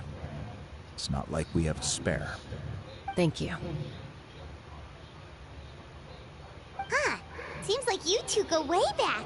But aren't you from the Flower Feather Clan, Chaska? Oh, Chaska's a peacekeeper, so she's famous throughout the tribes. She's always the one people call to resolve conflicts, so we slowly got to know each other that way. Her younger sister Quichi's always hanging around our tribe, too. She's helped us out a lot in the past. Oh, you have a younger sister? Yes. I'll introduce you to her sometime. But let's get back to business. Wyna, how do we use the stone? As you probably know, your intended destination is completely different from the real world. The Night Kingdom is like a river flowing with concepts, and the ancient name you seek is like a tiny fish swimming downstream. In that sense, the stone is like a fishing boat drifting down the river, but the boat alone isn't enough. You need a fisherman experienced enough to steer it in the right direction. We couldn't do that ourselves? With a little practice, I'm sure you could. You have the strength and the talent. If you want to make sure this works, though, I could recommend someone to you. Who? Vichama, a legendary warrior and scout from our tribe. He's got a keen eye and a well-honed intuition. Even his ancient name means to seek. If you're fishing for a name, you're gonna want him on the boat. Vichama? Why does that name sound familiar? He's one of Auntie Atea's hot spring buddies. I've heard stories about him. Where can we find him? Ever since Malco passed, he spends most of his time gazing out at the scenery from the cliff tops. Follow the path that way, and I'm sure you'll find him. Thank you. We'll go look for him there. Good luck. I hope everything goes well.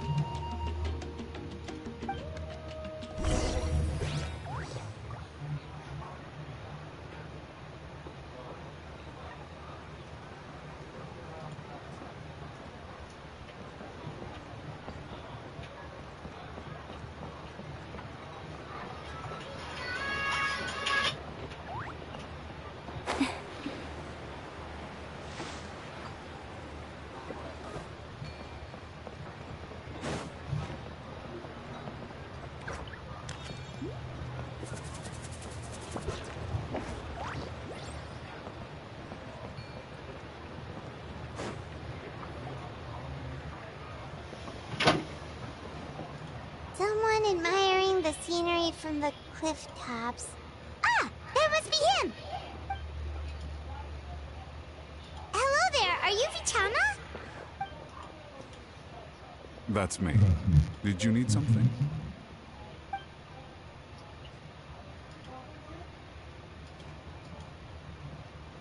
What? You're saying you can bring someone back from the Night Kingdom? How is that even possible? No, if you really think about it, anything's possible in that kind of place. But that would mean... Are you okay? You don't look so good. Everything's fine. I'll help you, but I do have a small request.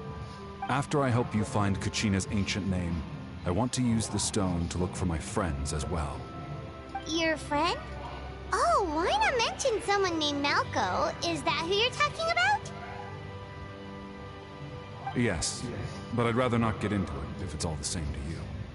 That's not a problem. We agree to your request. Yeah. Since you're helping us find Kachina's ancient name, it's only right that we return the favor. Then we're agreed. Can I have a look at the stone?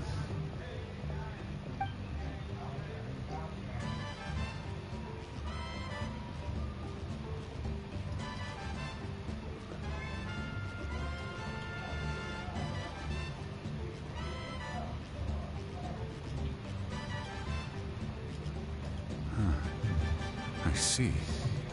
From what I can tell, it functions almost like an abyssal pylon.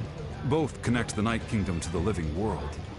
Once the connection is established, the abyss will come surging through the opening like a predator honing in on the scent of blood. So we have to be sure not to use it in a tribal settlement. Wow, you got all that just from looking at it? I just picked up on the basics, really. I still have no idea why it works. You said someone named Lali invented this. They must be a genius. I'll go find an open area and start setting things up. In the meantime, I need you to get 2 things for me. We'll go right away. What do you need? First, I'll need some hook ropes. Pretty much every store around here carries them, so no need to go anywhere special. Oh, and I need to build a net out of them, so make sure you get a good amount. Wait, are you saying you're going to use a real net to catch Kachina's ancient name? How does that work when one's tangible and one's not? By creating something tangible in our world, like a net, we can create a connection to a corresponding concept in the Night Kingdom. Basically, I'm going to use the concept of a net to catch something equally intangible, an ancient name. Oh, I see. What about the second thing you needed? Right. I need 2 chunks of obsidian. Once we bring the ancient names into our world, we'll need a place to store them. Normally, you can only get obsidian from the Children of Echoes, but I heard there's a traveling merchant from that tribe around here somewhere, so maybe you can try your luck there. Gotcha! Alright, let's split up. See that clearing? Let's meet over there when you're done. Oh, and you can send someone with me if you want. In case you're worried I might take the stone for myself. What do you think, Chaska? There's no need. Lena spoke highly of you. That means you're trustworthy. I appreciate it, even though that doesn't mean much to me anymore. Anyway, it'll take some time to set everything up, so no need to rush. I'll see you in a bit.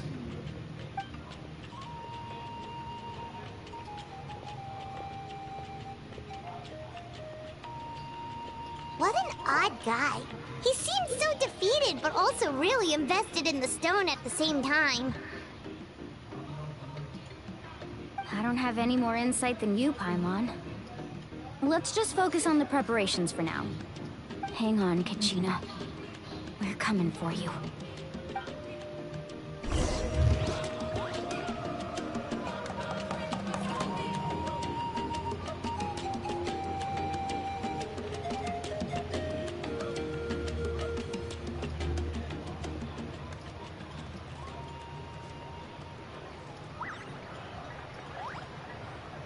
Ever tried chasing waves before?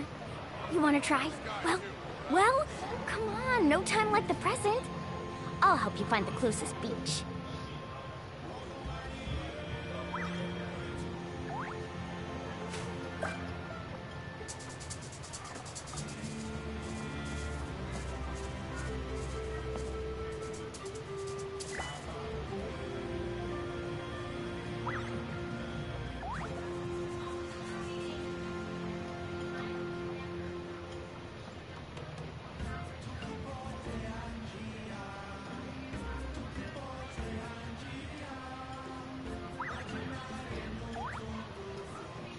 can only do so much on your own, but with a group, anything's possible.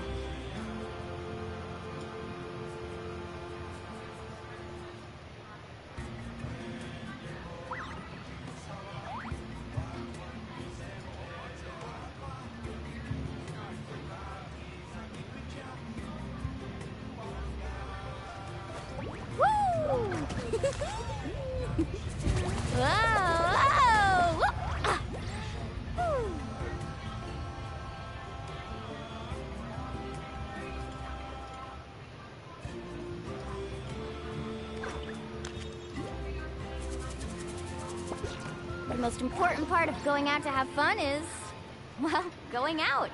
So just show up and I'll handle the rest.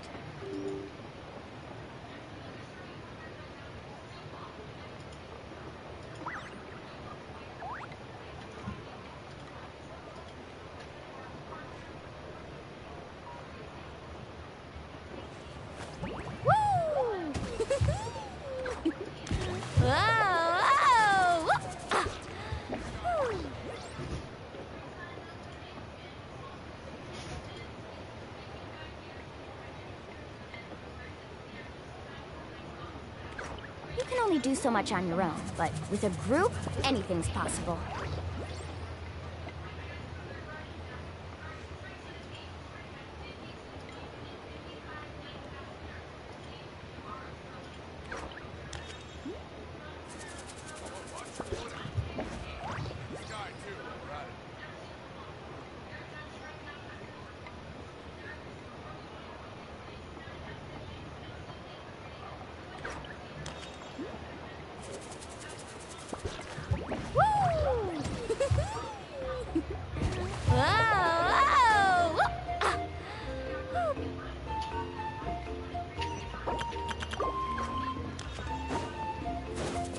Need a surfboard? Off we go.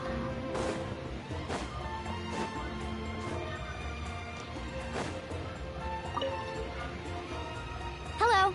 Do you have any hook ropes for sale? Hook ropes? As in rock climbing equipment? Yes. How much for your whole stock? Oh, the whole thing? Let me see. That would be 30,000 mora in total. Deal? Deal. Wait, really? What, you want me to drive down the price? We just need these as fast as possible. Thanks. Oh, no problem at all. I'll even pass along some information on the house.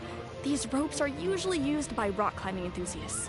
If you want to learn, Roka's the person you want to ask. All right, that's everything. Here you go. Now we need the obsidian. Let's go talk to the traveling merchant Bichama mentioned.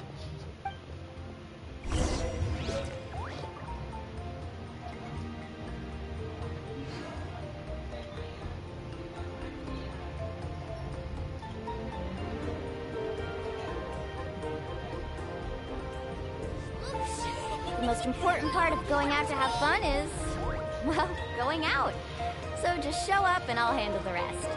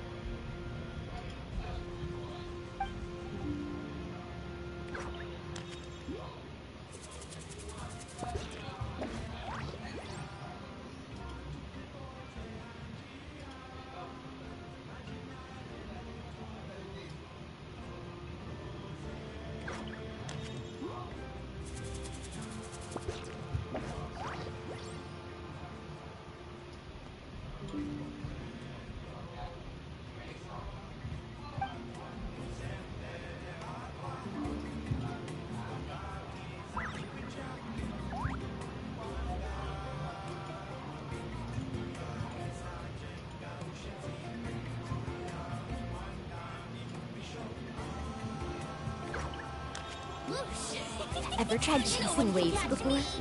You wanna try? Well, come on, no time like the present. I'll help you find the closest beach.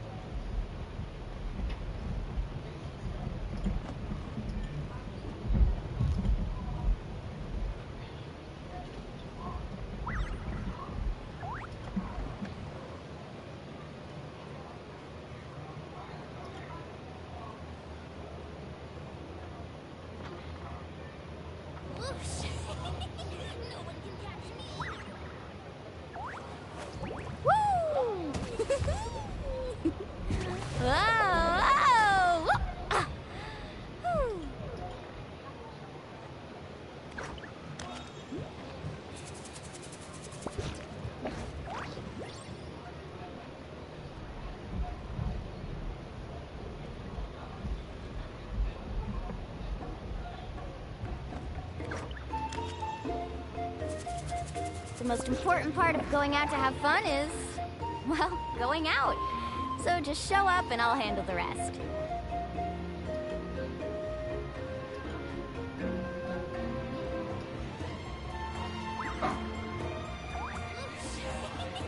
No one can catch me.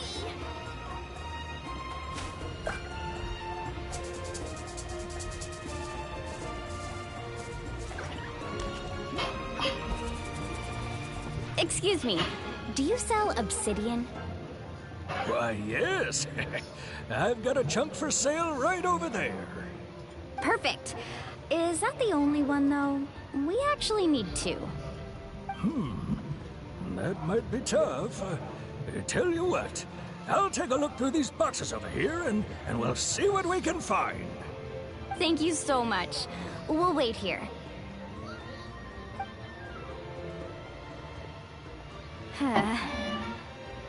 Relax. Everything's going according to plan. I know, it's just... I could tell Vichama feels the same way about his friend that I do about Kachina. I hope this chunk of obsidian isn't the only one. It is now 6 p.m. Kachina always carries all sorts of shiny stones with her. If I was the one trapped in the Night Kingdom, she'd have a whole pile of obsidian ready in a heartbeat. Well, would you look at that? I did bring an extra. Here you go, young lady. How does it look? Perfect! Thank you.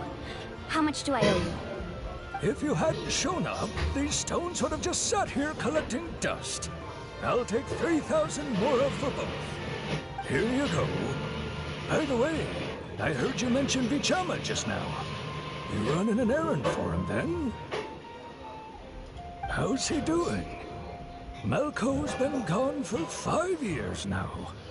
It's about time he started to move forward. Do you know what happened between them? I heard about it in passing while I was out drinking one night, but I don't know all the details. Vichama and Malco grew up together, and even made a name for themselves together. Malco was an amazing fighter, capable of knocking out multiple opponents in a single hit, while Vichama excelled at scouting and analyzing the battlefield. The two made an excellent team, and managed to beat back the Abyss several times. 5 years ago, they both emerged triumphant in the pilgrimage, and were placed on the same team to fight the Abyss. But on the eve of battle, the Abyss launched an attack on their tribe, and Vichama suffered an injury to his leg while attempting to rescue someone. Then what happened? The team agreed that he couldn't fight the Abyss in his condition. Vichama didn't argue. He knew going to the front lines with an injured leg would make him a burden in battle. So they raised the issue with the Pyro Archon, and she agreed to let him stay behind. It's just... Melko and the others ended up facing hordes of abyssal monsters in numbers that far exceeded anyone's expectations. The team made an error in judgment, and they fell to the onslaught. Vichama went into a deep depression after that. He blames himself for everything.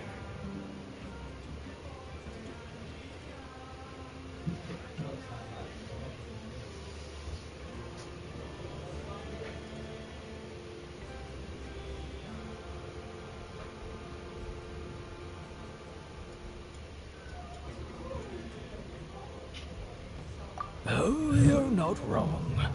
But it's possible he chooses to blame himself. Not because he did something wrong, but because he wasn't able to do anything at all.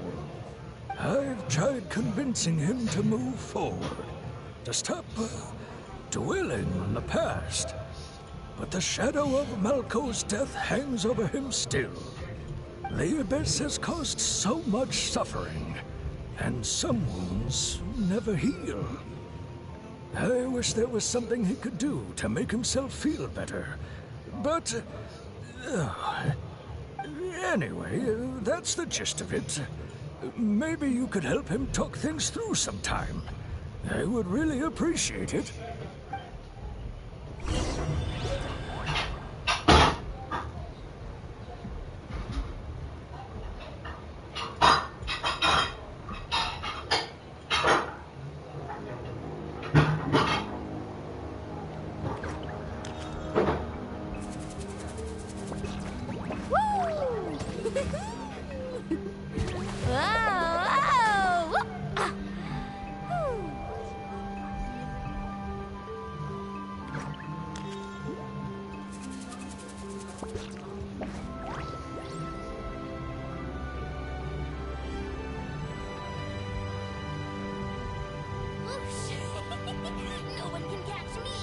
You can only do so much on your own, but with a group, anything's possible.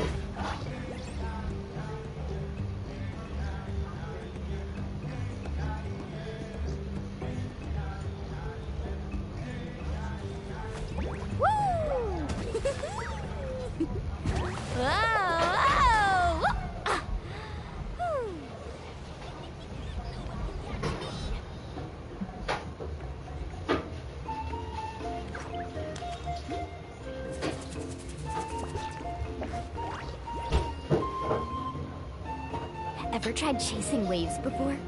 You wanna try? Well, come on, no time like the present. I'll help you find the closest beach.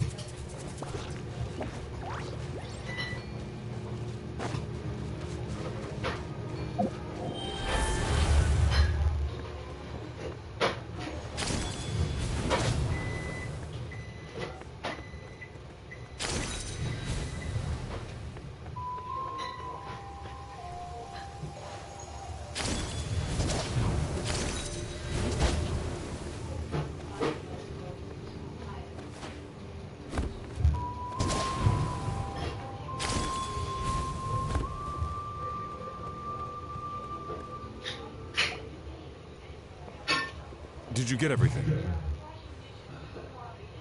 Yep, it's all here. When do we start? I've made all the necessary adjustments, so we're good to go. As agreed, I'll help you find Kachina's ancient name, and then you return the favor.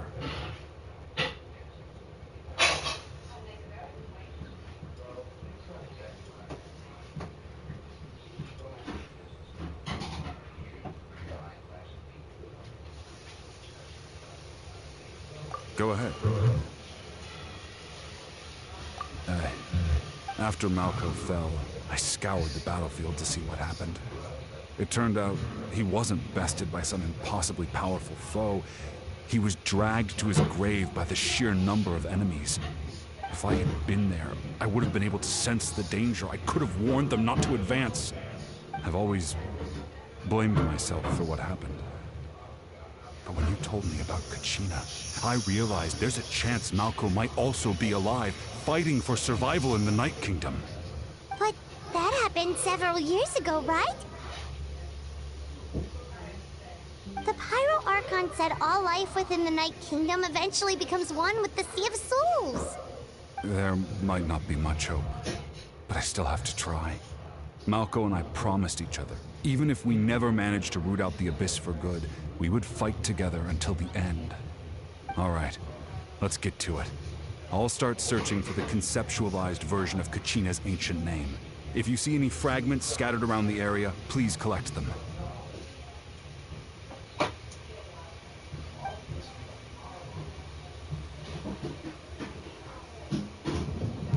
Make sure you prepare yourselves for battle.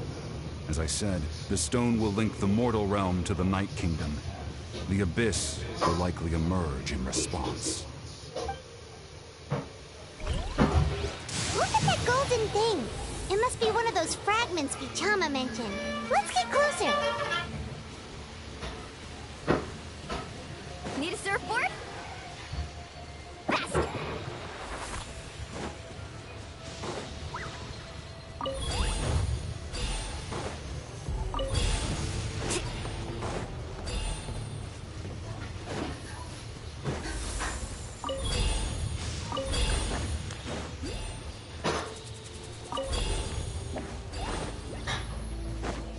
Carving waves!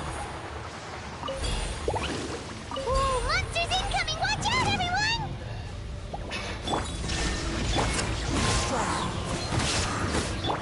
La la la! Boing, boing, boom! Woohoo! Surf's up!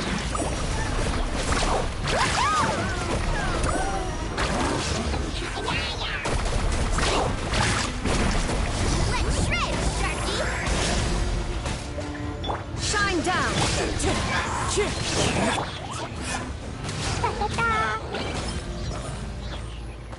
How much longer, Vichama? Not long. We're getting close.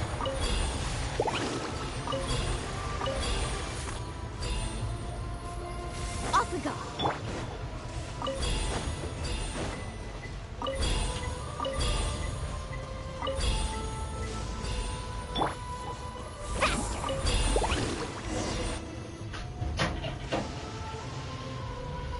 Vichama!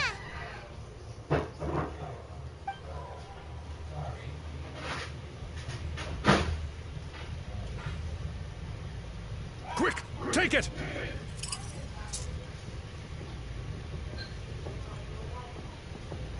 I found Kachina's ancient name. Hang in there, Malko. Just a little longer. Something's not right. The power of the Abyss is getting stronger. The Abyss is corroding his body! Vichama, you can't keep going, you'll die! I should have died 5 years ago.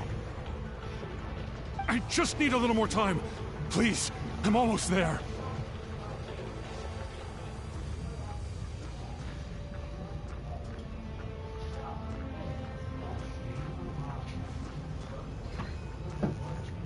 Thank you.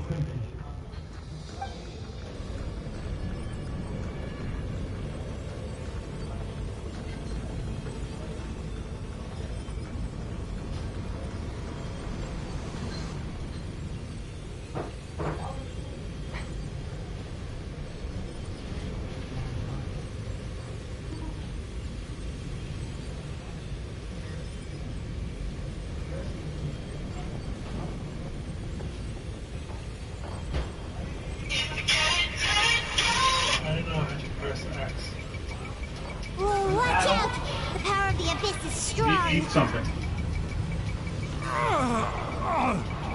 You need to eat something. Okay? Take a pause to eat something. Then you press X. Okay? This power. Hanging in there? Malco. Eat it before it gets cold. Why can't I find him? Why? We can't wait any longer. Pull him away from the stone, Mualani. I already tried, but the power of the Abyss has him in a chokehold. It's like he's tied to the stone with an invisible rope. In that case, we have no choice. I'm sorry, Seed Molly. Get back! Chaska, wait!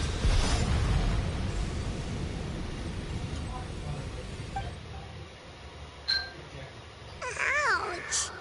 What happened just now? It looked like the Spirit Speaker stone was... The stone's power was spiraling out of control. The only way to stop it was to destroy it. You were all caught in the shockwave of the explosion. You might feel dizzy for a while, but that's normal. Give us a heads up next time, will you? You're lucky we managed to dodge it in time. I thought I said to get back. Yeah, barely a second before you made it go poof. Not everyone has your reflexes, Chaska. We were this close to getting dragged into the explosion. Okay, I'll be more careful next time. At least Kachina's ancient name is still in one piece. Wait, where's Vichama? Vichama! Vichama! I couldn't find Malco's ancient name. It must be completely gone by now. Once your ancient name disappears, there's no coming back. From the very beginning, I knew there was a slim chance, but still. And now... it's too late to save him. From the minute he left that day, he's already too late. I'm sure he's heard enough condolences over the years. Let's just give him some space. Huh? What's that on your hands, Vichama? It looks like something's glowing! This is...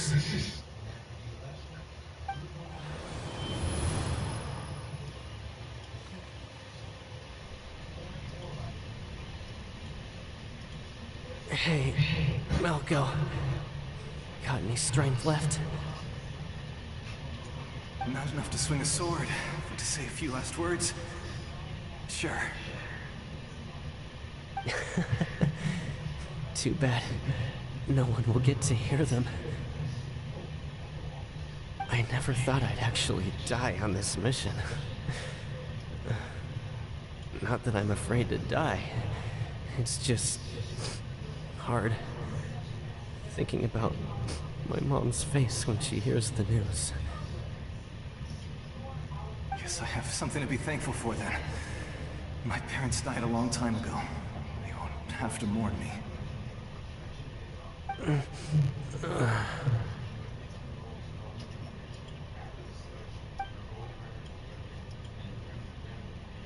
Pisak! Always had to beat me at everything, didn't you? Right to the end, you were never one for goodbyes. Maybe you're right. Maybe no one will get to hear our last words. But just in case... Vichama, I'm so glad you didn't come with us. Don't be sad. Just keep on living. For the both of us.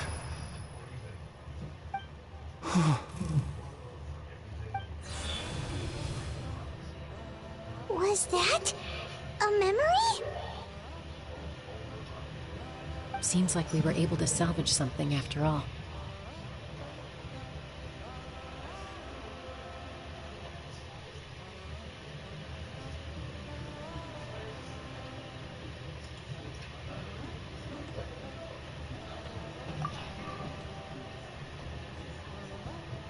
Of course. Seeing him, hearing his voice again, it makes me unbelievably happy. But it also brings with it an even deeper pain. A deeper pain? Why? Malco was always the type to put on a brave face. But in that memory just now, his hands were shaking, and his smile was forced.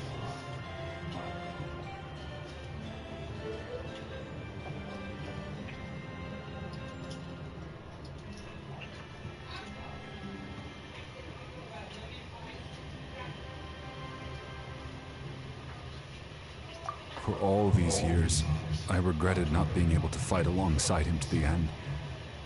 And now I know, at the end of his life, he was thinking the same thing. Bichama. I'm fine. Actually, I heard Chief Wyna wasn't really on board with your plan to go to the Night Kingdom. When you asked for my help, I hesitated too. I knew helping you find your friend's ancient name meant leading you one step closer to danger.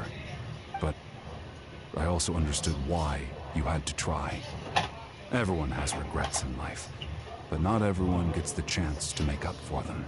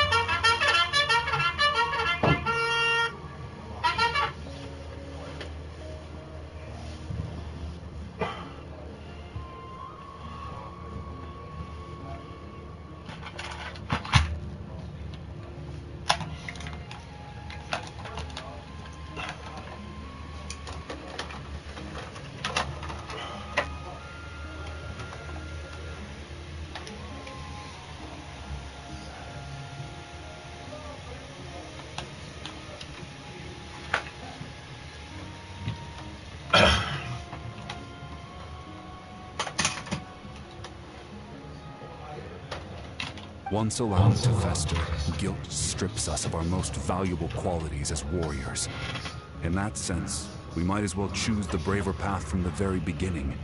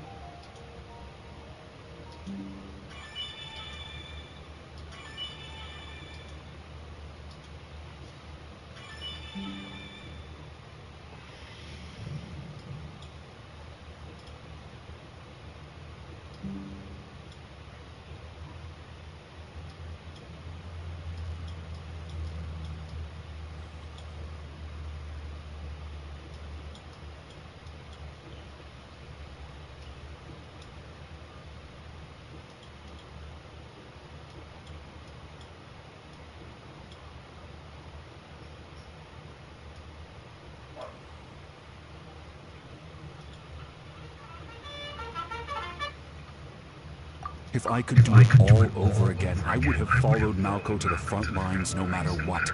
Even with an injured leg, there were still things I could have done. That way, even if the outcome stayed the same, I still would have fought alongside him to the end. There are critical junctures in life, and if you don't seize the chance to act, there's no going back. That's something I had to learn in hindsight.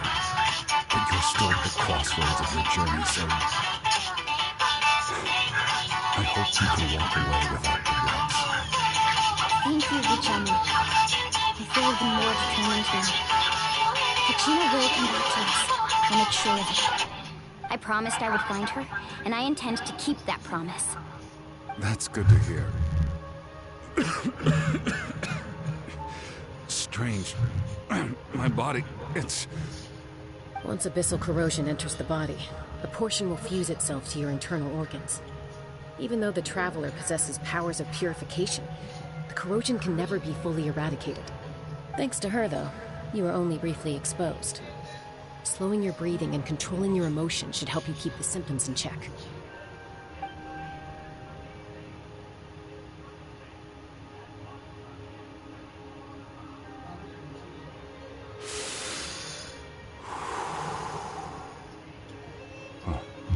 That does make me feel better. You seem very knowledgeable about all this. Just speaking from experience, that's all. Anyway, we've recovered Kachina's ancient name, so we're off to a great start. Let's get Vichama back to his tribe and tell Wine the good news. Oh, and apologize for destroying the Spirit Speaker Stone. We had no choice, though, so he'll probably understand. Right?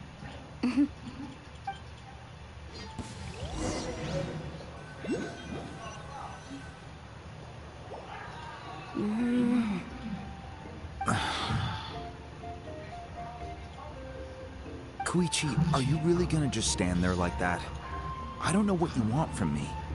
I think you know exactly what I'm trying to say, Uncle Wina. I can hear it in your voice. Honestly, it's just one thing after another with you two. They're back. Koichi? What are you doing here? Don't play dumb with your own sister.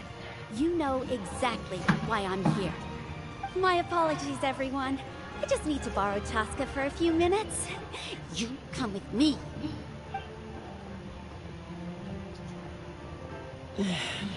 I'll be just a moment. Who is that? Koichi, Chaska's younger sister. Although the two aren't actually related by blood, it's kind of a long story.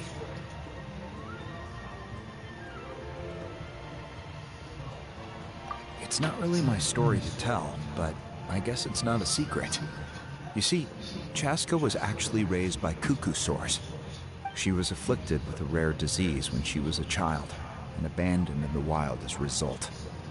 The Abyss found her out there, all on her own, and tried to devour her. But in the end, all that did was trigger her will to live. That strength of will pushed her to survive. But it also planted a seed of conflict within her. Eventually, she was adopted by the cuckoo-saurs. Wherever they went, she followed, getting into fights right and left. For some reason, Paimon can totally imagine that. Well, when Chaska finally returned to human society, it was Koichi's parents who adopted her. At the time, Chaska still had a habit of getting into fights, so Koichi was always taking her around, apologizing to everyone. Ah, I remember those days. One of those fights was definitely with me. But, you know, kids. You're fighting one minute and your friend's the next.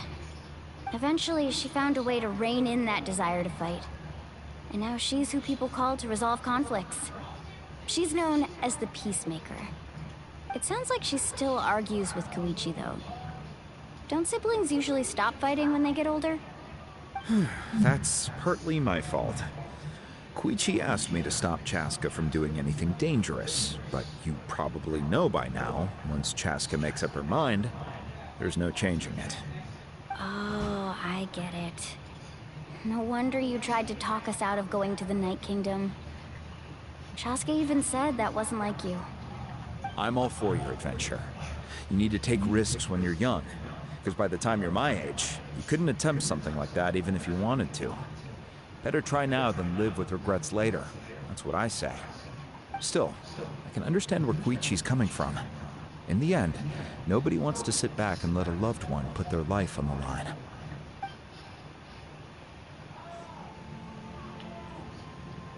All right, it's just the two of us now. You have 1 minute to explain yourself. I don't have anything to say. You don't have to approve, but you should know I only do what's necessary. That attitude is exactly the problem. It's like you don't care. You try to sneak off to the Night Kingdom behind my back and then play it down as if it's just a trip abroad. Well, technically I am going abroad, right? Again.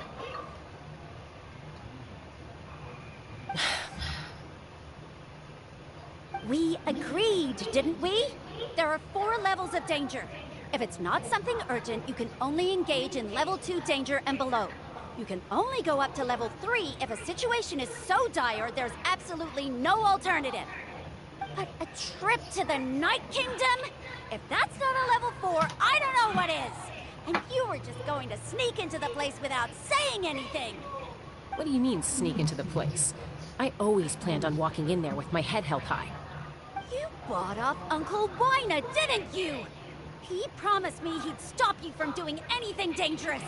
Oh, it's like he didn't even try. You feel like he went back on his word. What if I told you my mind was made up, and there was nothing he could have done?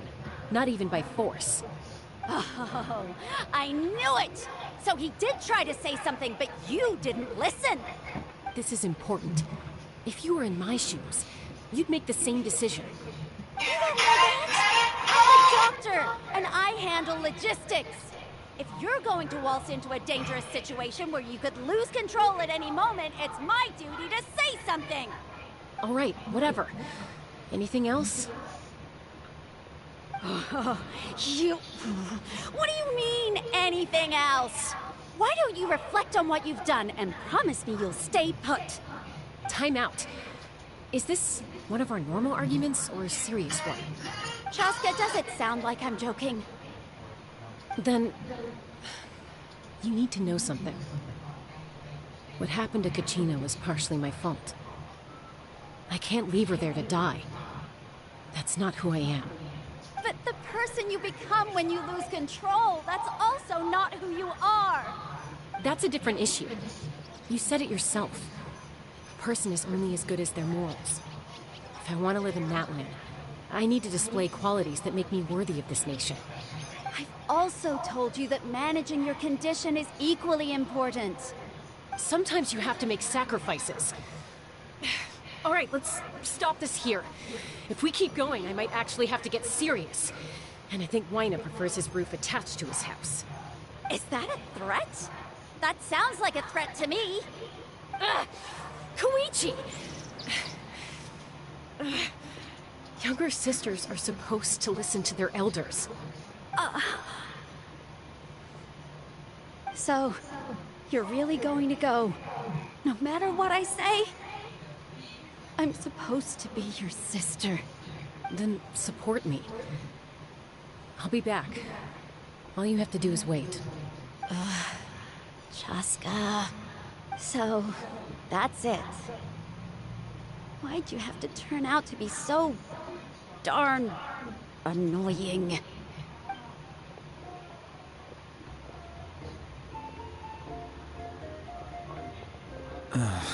You two are something else. Something you wanted to say? I know you aren't related by blood, but you two sure are similar. Really? You know, I said that very thing to Koichi not too long ago, and she reacted the exact same way, down to the very tone of voice. It's not my place to get involved, but I will say this. Try to spend a little more time with your sister. You're tough kids. That doesn't mean you have to go it alone. Thank you. Anytime. All right. If you're done with the Spirit Speaker Stone, you might as well hand it over. According to Kinich, it's an important ceremonial artifact, so it'd be safer to keep it with me. About that. If only Tone-Gift Bard was here, he could have repaired it just like the Holy Liar.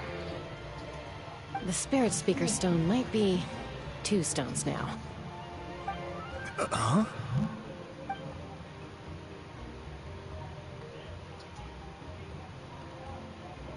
I see. Sounds like it was an urgent situation. If someone's life was on the line, then you had no choice. Still, Citlali's going to be a nightmare to deal with now that you've broken her stuff. I'll explain everything to her later. Stay safe out there in the Night Kingdom, okay? I'll wait here for your safe return.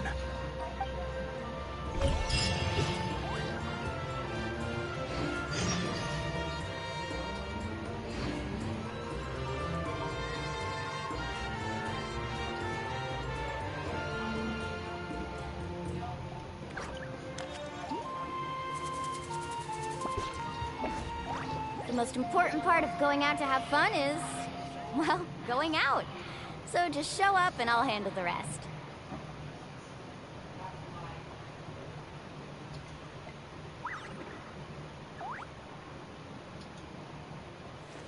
Woo!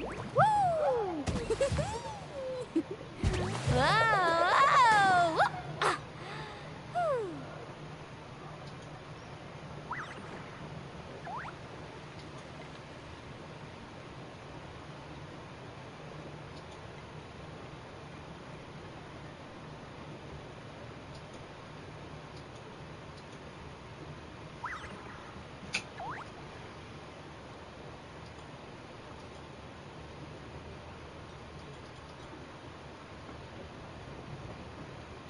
You can only do so much on your own, but with a group, anything's possible.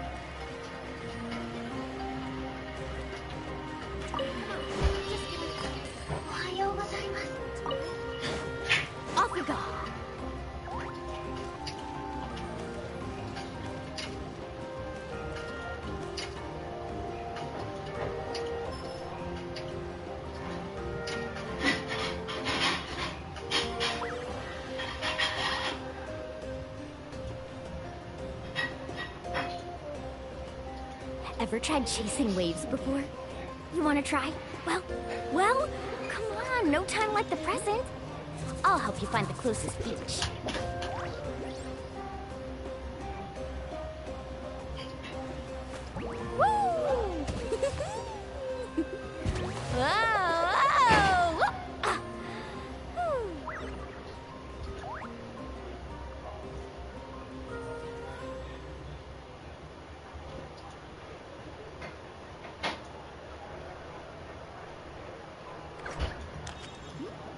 The most important part of going out to have fun is, well, going out. So just show up and I'll handle the rest.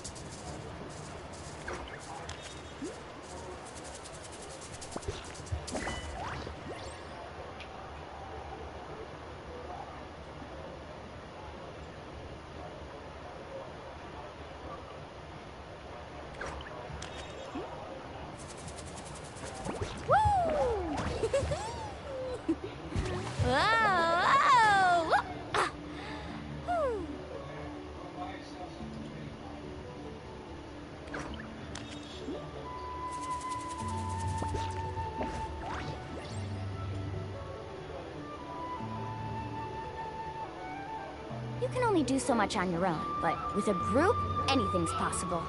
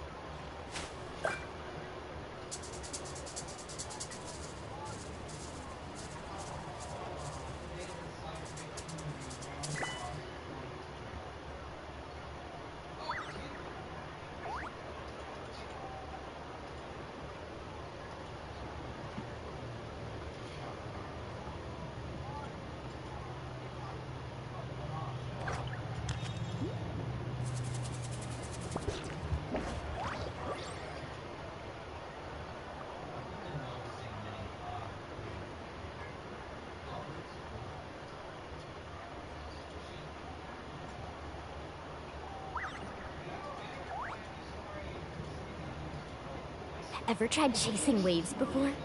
You wanna try? Well, come on, no time like the present. I'll help you find the closest beach.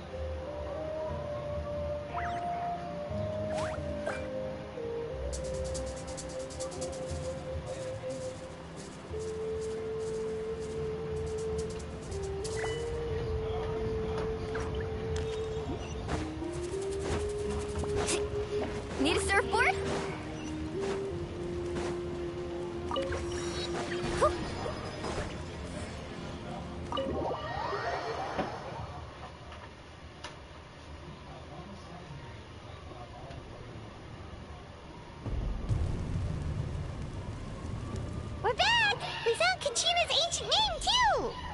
Well, it's fairly complicated. Let me give you the condensed version. The Fatui again? We can't go anywhere without them causing trouble. But what if the Fatui finds out you've lost your power? Won't they try to take advantage of the situation? That's why it has to be our little secret. No one else can know, or we're asking for trouble. Look, I wish I could offer you some sort of consolation, but I won't lie to you. With multiple factions closing in, there's nothing comforting about the situation we're facing. Still, all you need to do is focus on your goal. You can leave the complicated matters to me. I can also step in on the Pyro Archon's behalf. There's a limit to what I can accomplish, but I'll help you however I can. There's no need to be so modest, Yan-san. Your incredible strength has long been a well-known fact. You're the pride of your tribe. Archon, I'm sorry about before. You have so much on your plate. So much that you have to worry about. But all I could do was focus on my own feelings. You have nothing to be sorry about. We all get overwhelmed by our emotions, myself included. Your reaction to Kachina's disappearance, I understand that feeling very well. Well, now that we have Kachina's ancient name, let's go track her down. Follow me.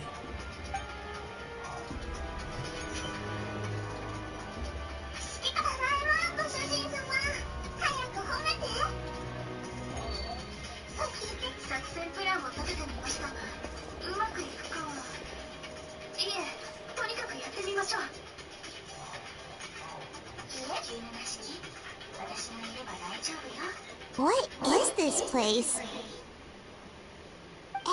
isn't that Atea's talisman? Good eye. This is where I store all the various mementos I've collected. Whoa.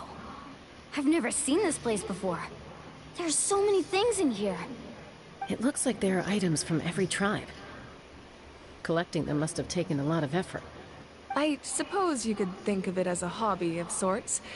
In Natlan, everyone grows up listening to the stories of heroes, and physical items do a far better job of preserving those stories than our own memory.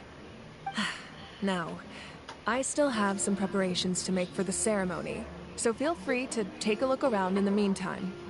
If you're curious about an item, I'm more than willing to tell you about its origins. All right, we'll have a look.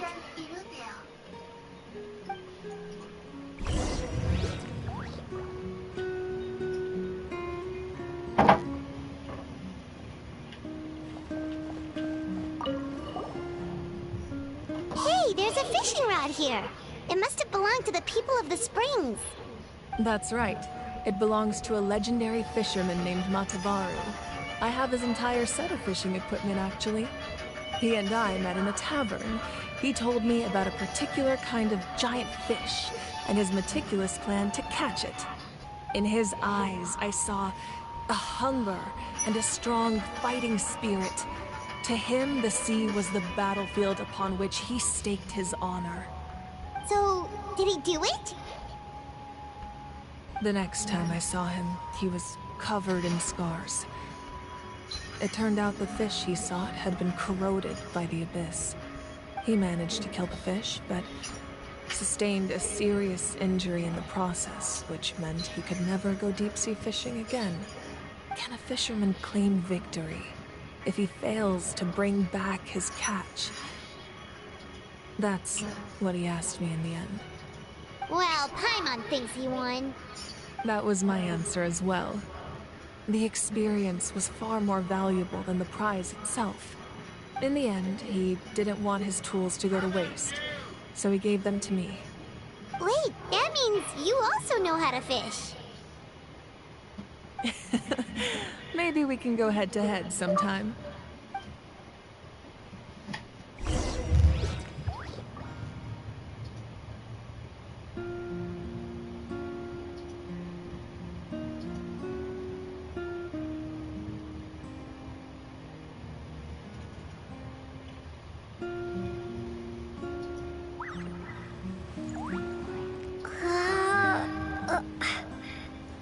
I need to buy this app.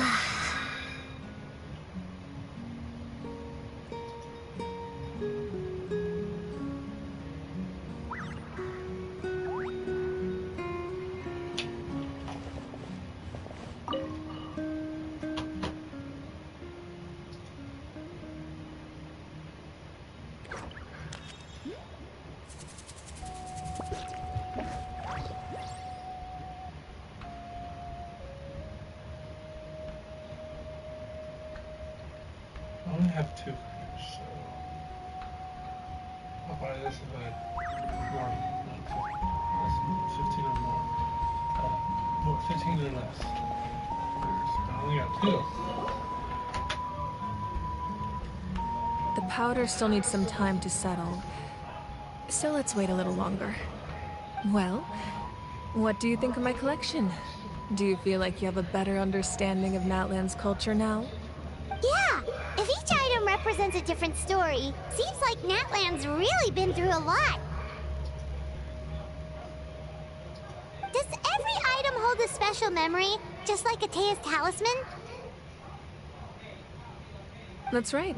The items in my collection actually serve a similar purpose to the ancient names passed down among the tribes. They demonstrate the true shape of time. The shape of time? Most people perceive time as a linear concept, almost like a straight line that can only move forward. We cannot change the past or predict the future. But there's also a different theory, one that I believe to be closer to the truth. Namely, that the past, present, and future all exist at once. At once? Paimon's not sure she understands. Let's say your journey ended right now.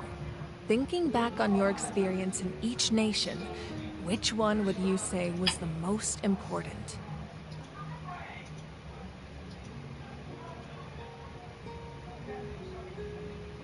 Exactly. Even at the end of your journey.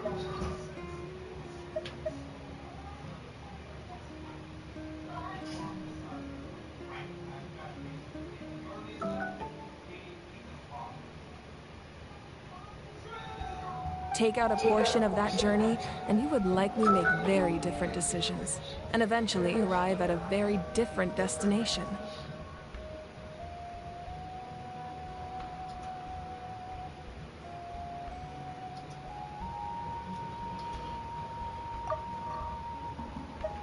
Exactly. Even at the end of your journey, the things you experienced along the way don't cease to exist. They become part of who you are.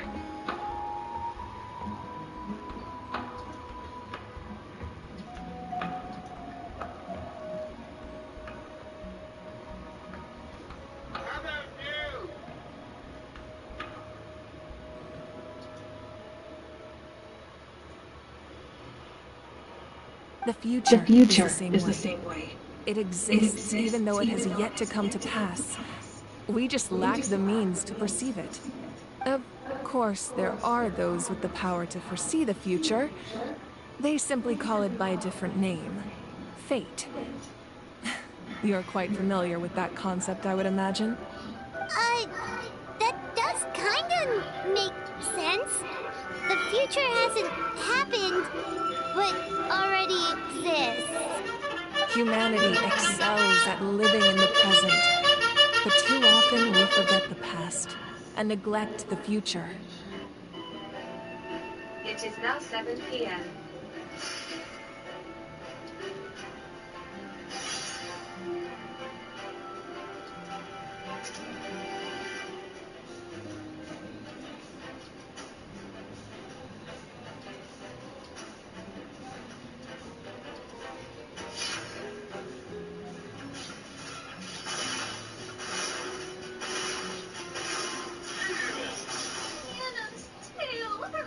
Victory favors brave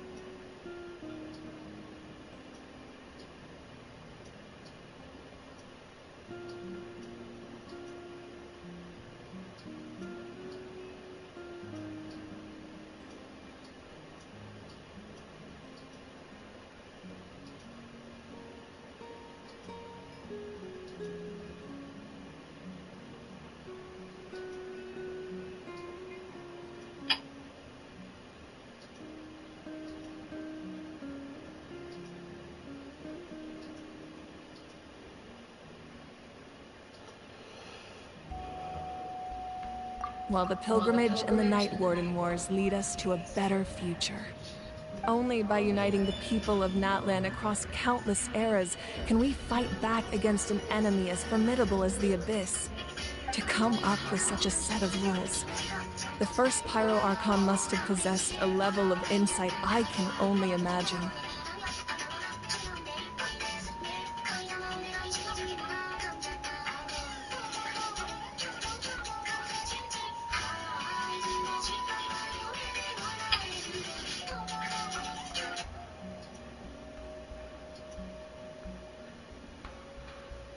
That's correct.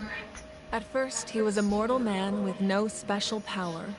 After he ascended to the Divine Throne, he used it to borrow power from the heavens and establish the rules of Natlan. Namely, a framework through which ordinary people can ascend to Archonhood. By holding the pilgrimage, we're able to determine the strongest among us. And when that person ascends to the Divine Throne, their inner flame will awaken. In addition, the sacred flame will grant them significant knowledge and memory of this land. After all, that's how I came to know everything I just told you. So, it all comes down to the power of the Divine Throne and the rules. Wait, is that a family portrait? Yes. That's my mother, father, younger sister, and the little Saurians we raised. I turned a piece of my dad's leather armor into a canvas and commissioned a famous artist to paint our likeness. Your sister is so cute! It looks like the two of you are really close. Paimon was having a hard time thinking of an Archon as an ordinary person, but seeing this portrait, it kind of makes sense now. It really doesn't look like there was anything special about you before. Oh, wait, is Paimon allowed to say that? A little late for that question, don't you think? Sorry! Paimon's so sorry! Paimon's mouth works faster than her brain sometimes! It's alright. I'd never get upset over something like that. No matter what others may say, my past is a precious part of my identity. I'm forever proud of the life I used to lead. Becoming the Archon doesn't mean you sever ties with your family. The position just comes with a lot of responsibilities, so it impacts how often you get to see them. My father made the most delicious stew, so my sister would often bring me a large pot of his cooking, and we would sit on a blanket and eat it together.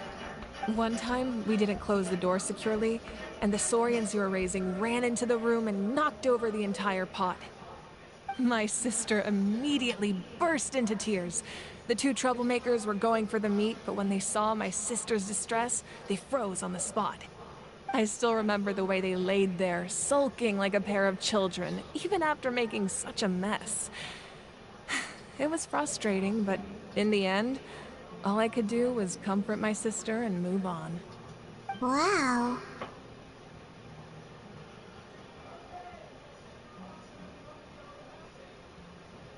Isn't that what being a family is all about?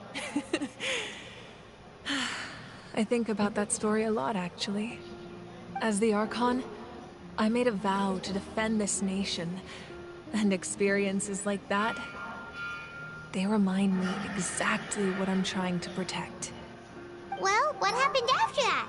This portrait looks pretty old. Your sister must be all grown up by now, right? I believe she ended up working as an architect and artist. She built many houses and crafted many beautiful works of art. Anyway, that's enough about me. Now that the powder is settled, we can begin. Ian-san, Mulani, Chaska, over here, please. Place the ancient name up there, and then we'll begin.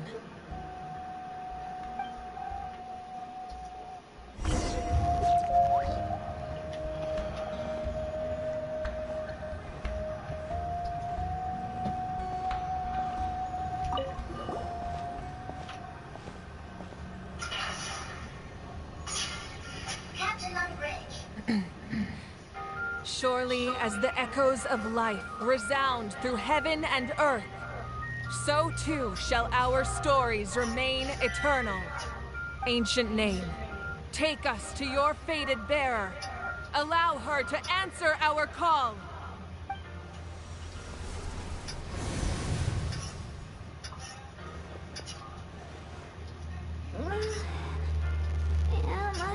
hallucinating again?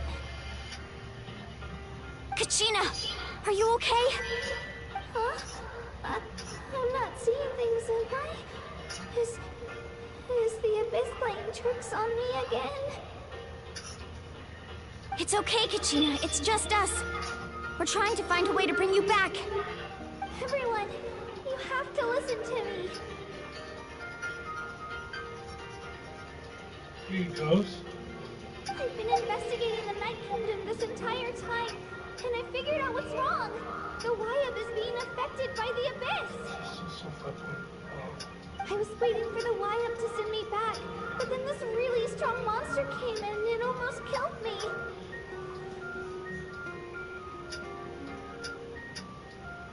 The Wyab saved me, even though its power is weakening, so I've been hiding from the monsters while trying to find a way to help. The Night Kingdom has become a huge mess, though. I keep hearing these awful sounds and seeing really horrible things. Don't listen to those sounds, Kachina. The Abyss is trying to strip you of your sanity. All you need to do is stay safe and wait for us. We'll be there shortly. It's okay. I feel so much better now that I've had the chance to talk to you guys. You don't need to worry about me. I've never been strong or special at all, really. So I don't blame anyone for forgetting about me or leaving me behind. Just knowing you care is more than enough. I'll find a way back. You don't have to put yourselves in danger to come rescue me. You're always like this, Kachina. Now's not the time to act tough. We're coming for you, and that's final. I don't know what lies the Abyss has been feeding you, but I'll tell you something right now. Nobody here sees you as a burden. You're a victor of the Night Warden Wars, a hero of Natlan. All you need to do is wait for us to rescue you, and you'll get all the applause and recognition you deserve.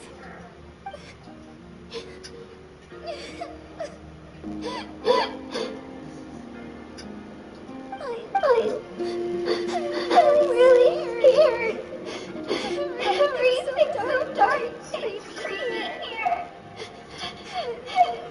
I want to go home. Still, I don't want you to put yourselves in danger because of me. I don't want to hold anyone back ever again. All you need to do is place your trust in us, just like you always have. No one fights alone. We're not leaving you behind. Not ever. Not ever. Yeah, Yeah, we're so close. We can't call it quits now.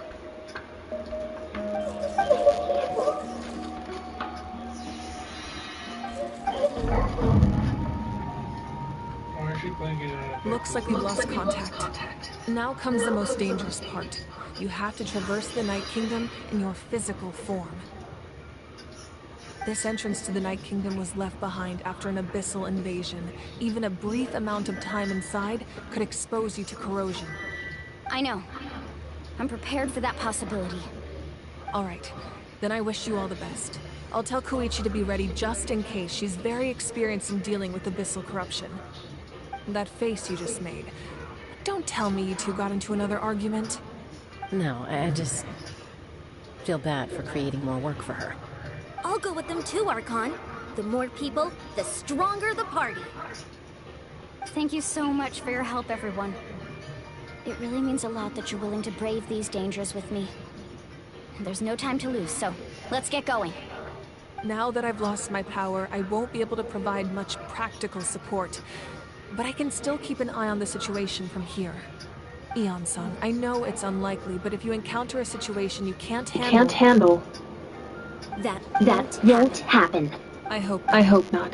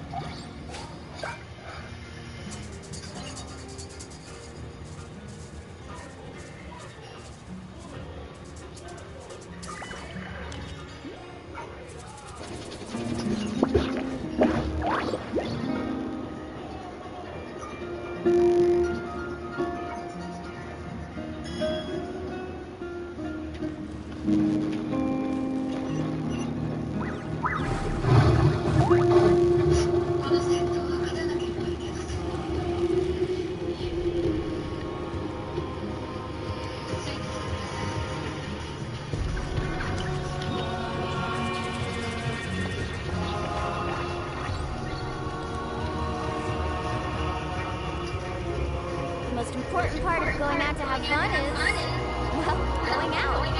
So just show up and I'll handle the rest.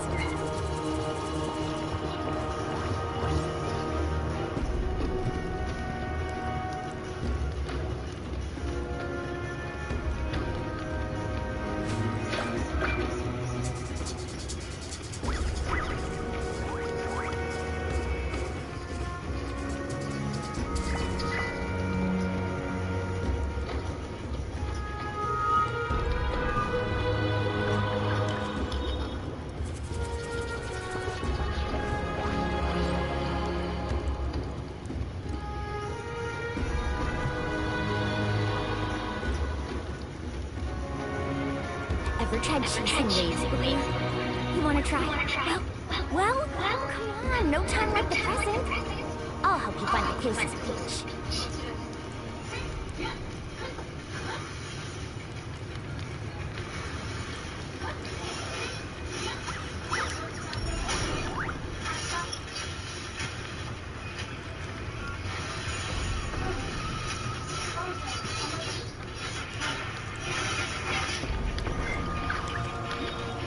The most important part of going out to have fun is, well, going out. So just show up and I'll handle the rest.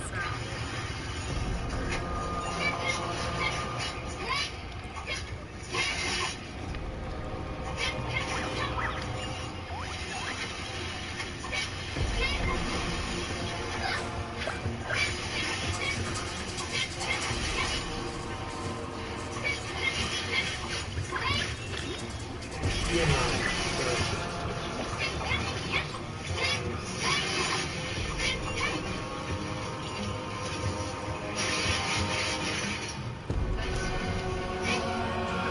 can only do so much on your own, but with a group, anything's possible.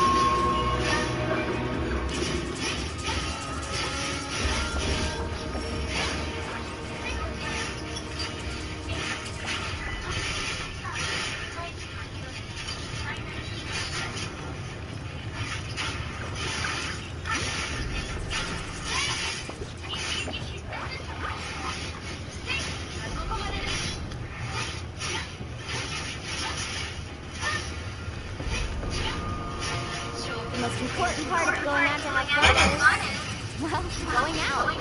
So just show up and I'll handle the rest.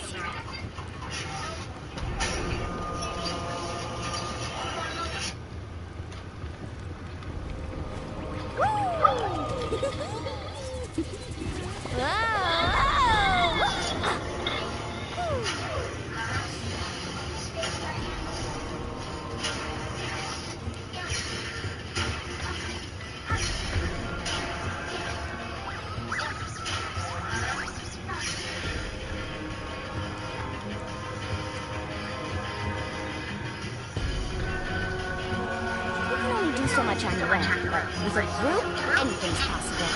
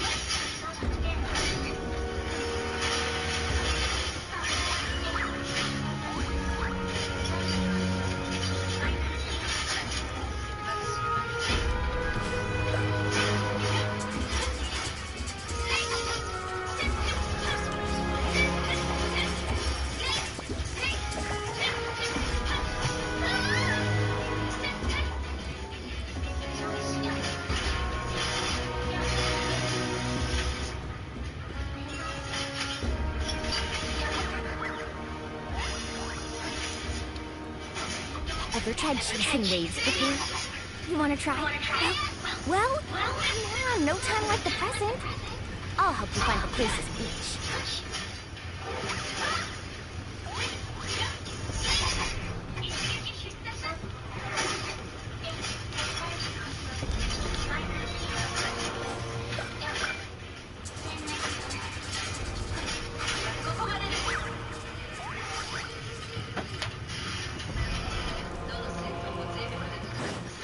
Off we go.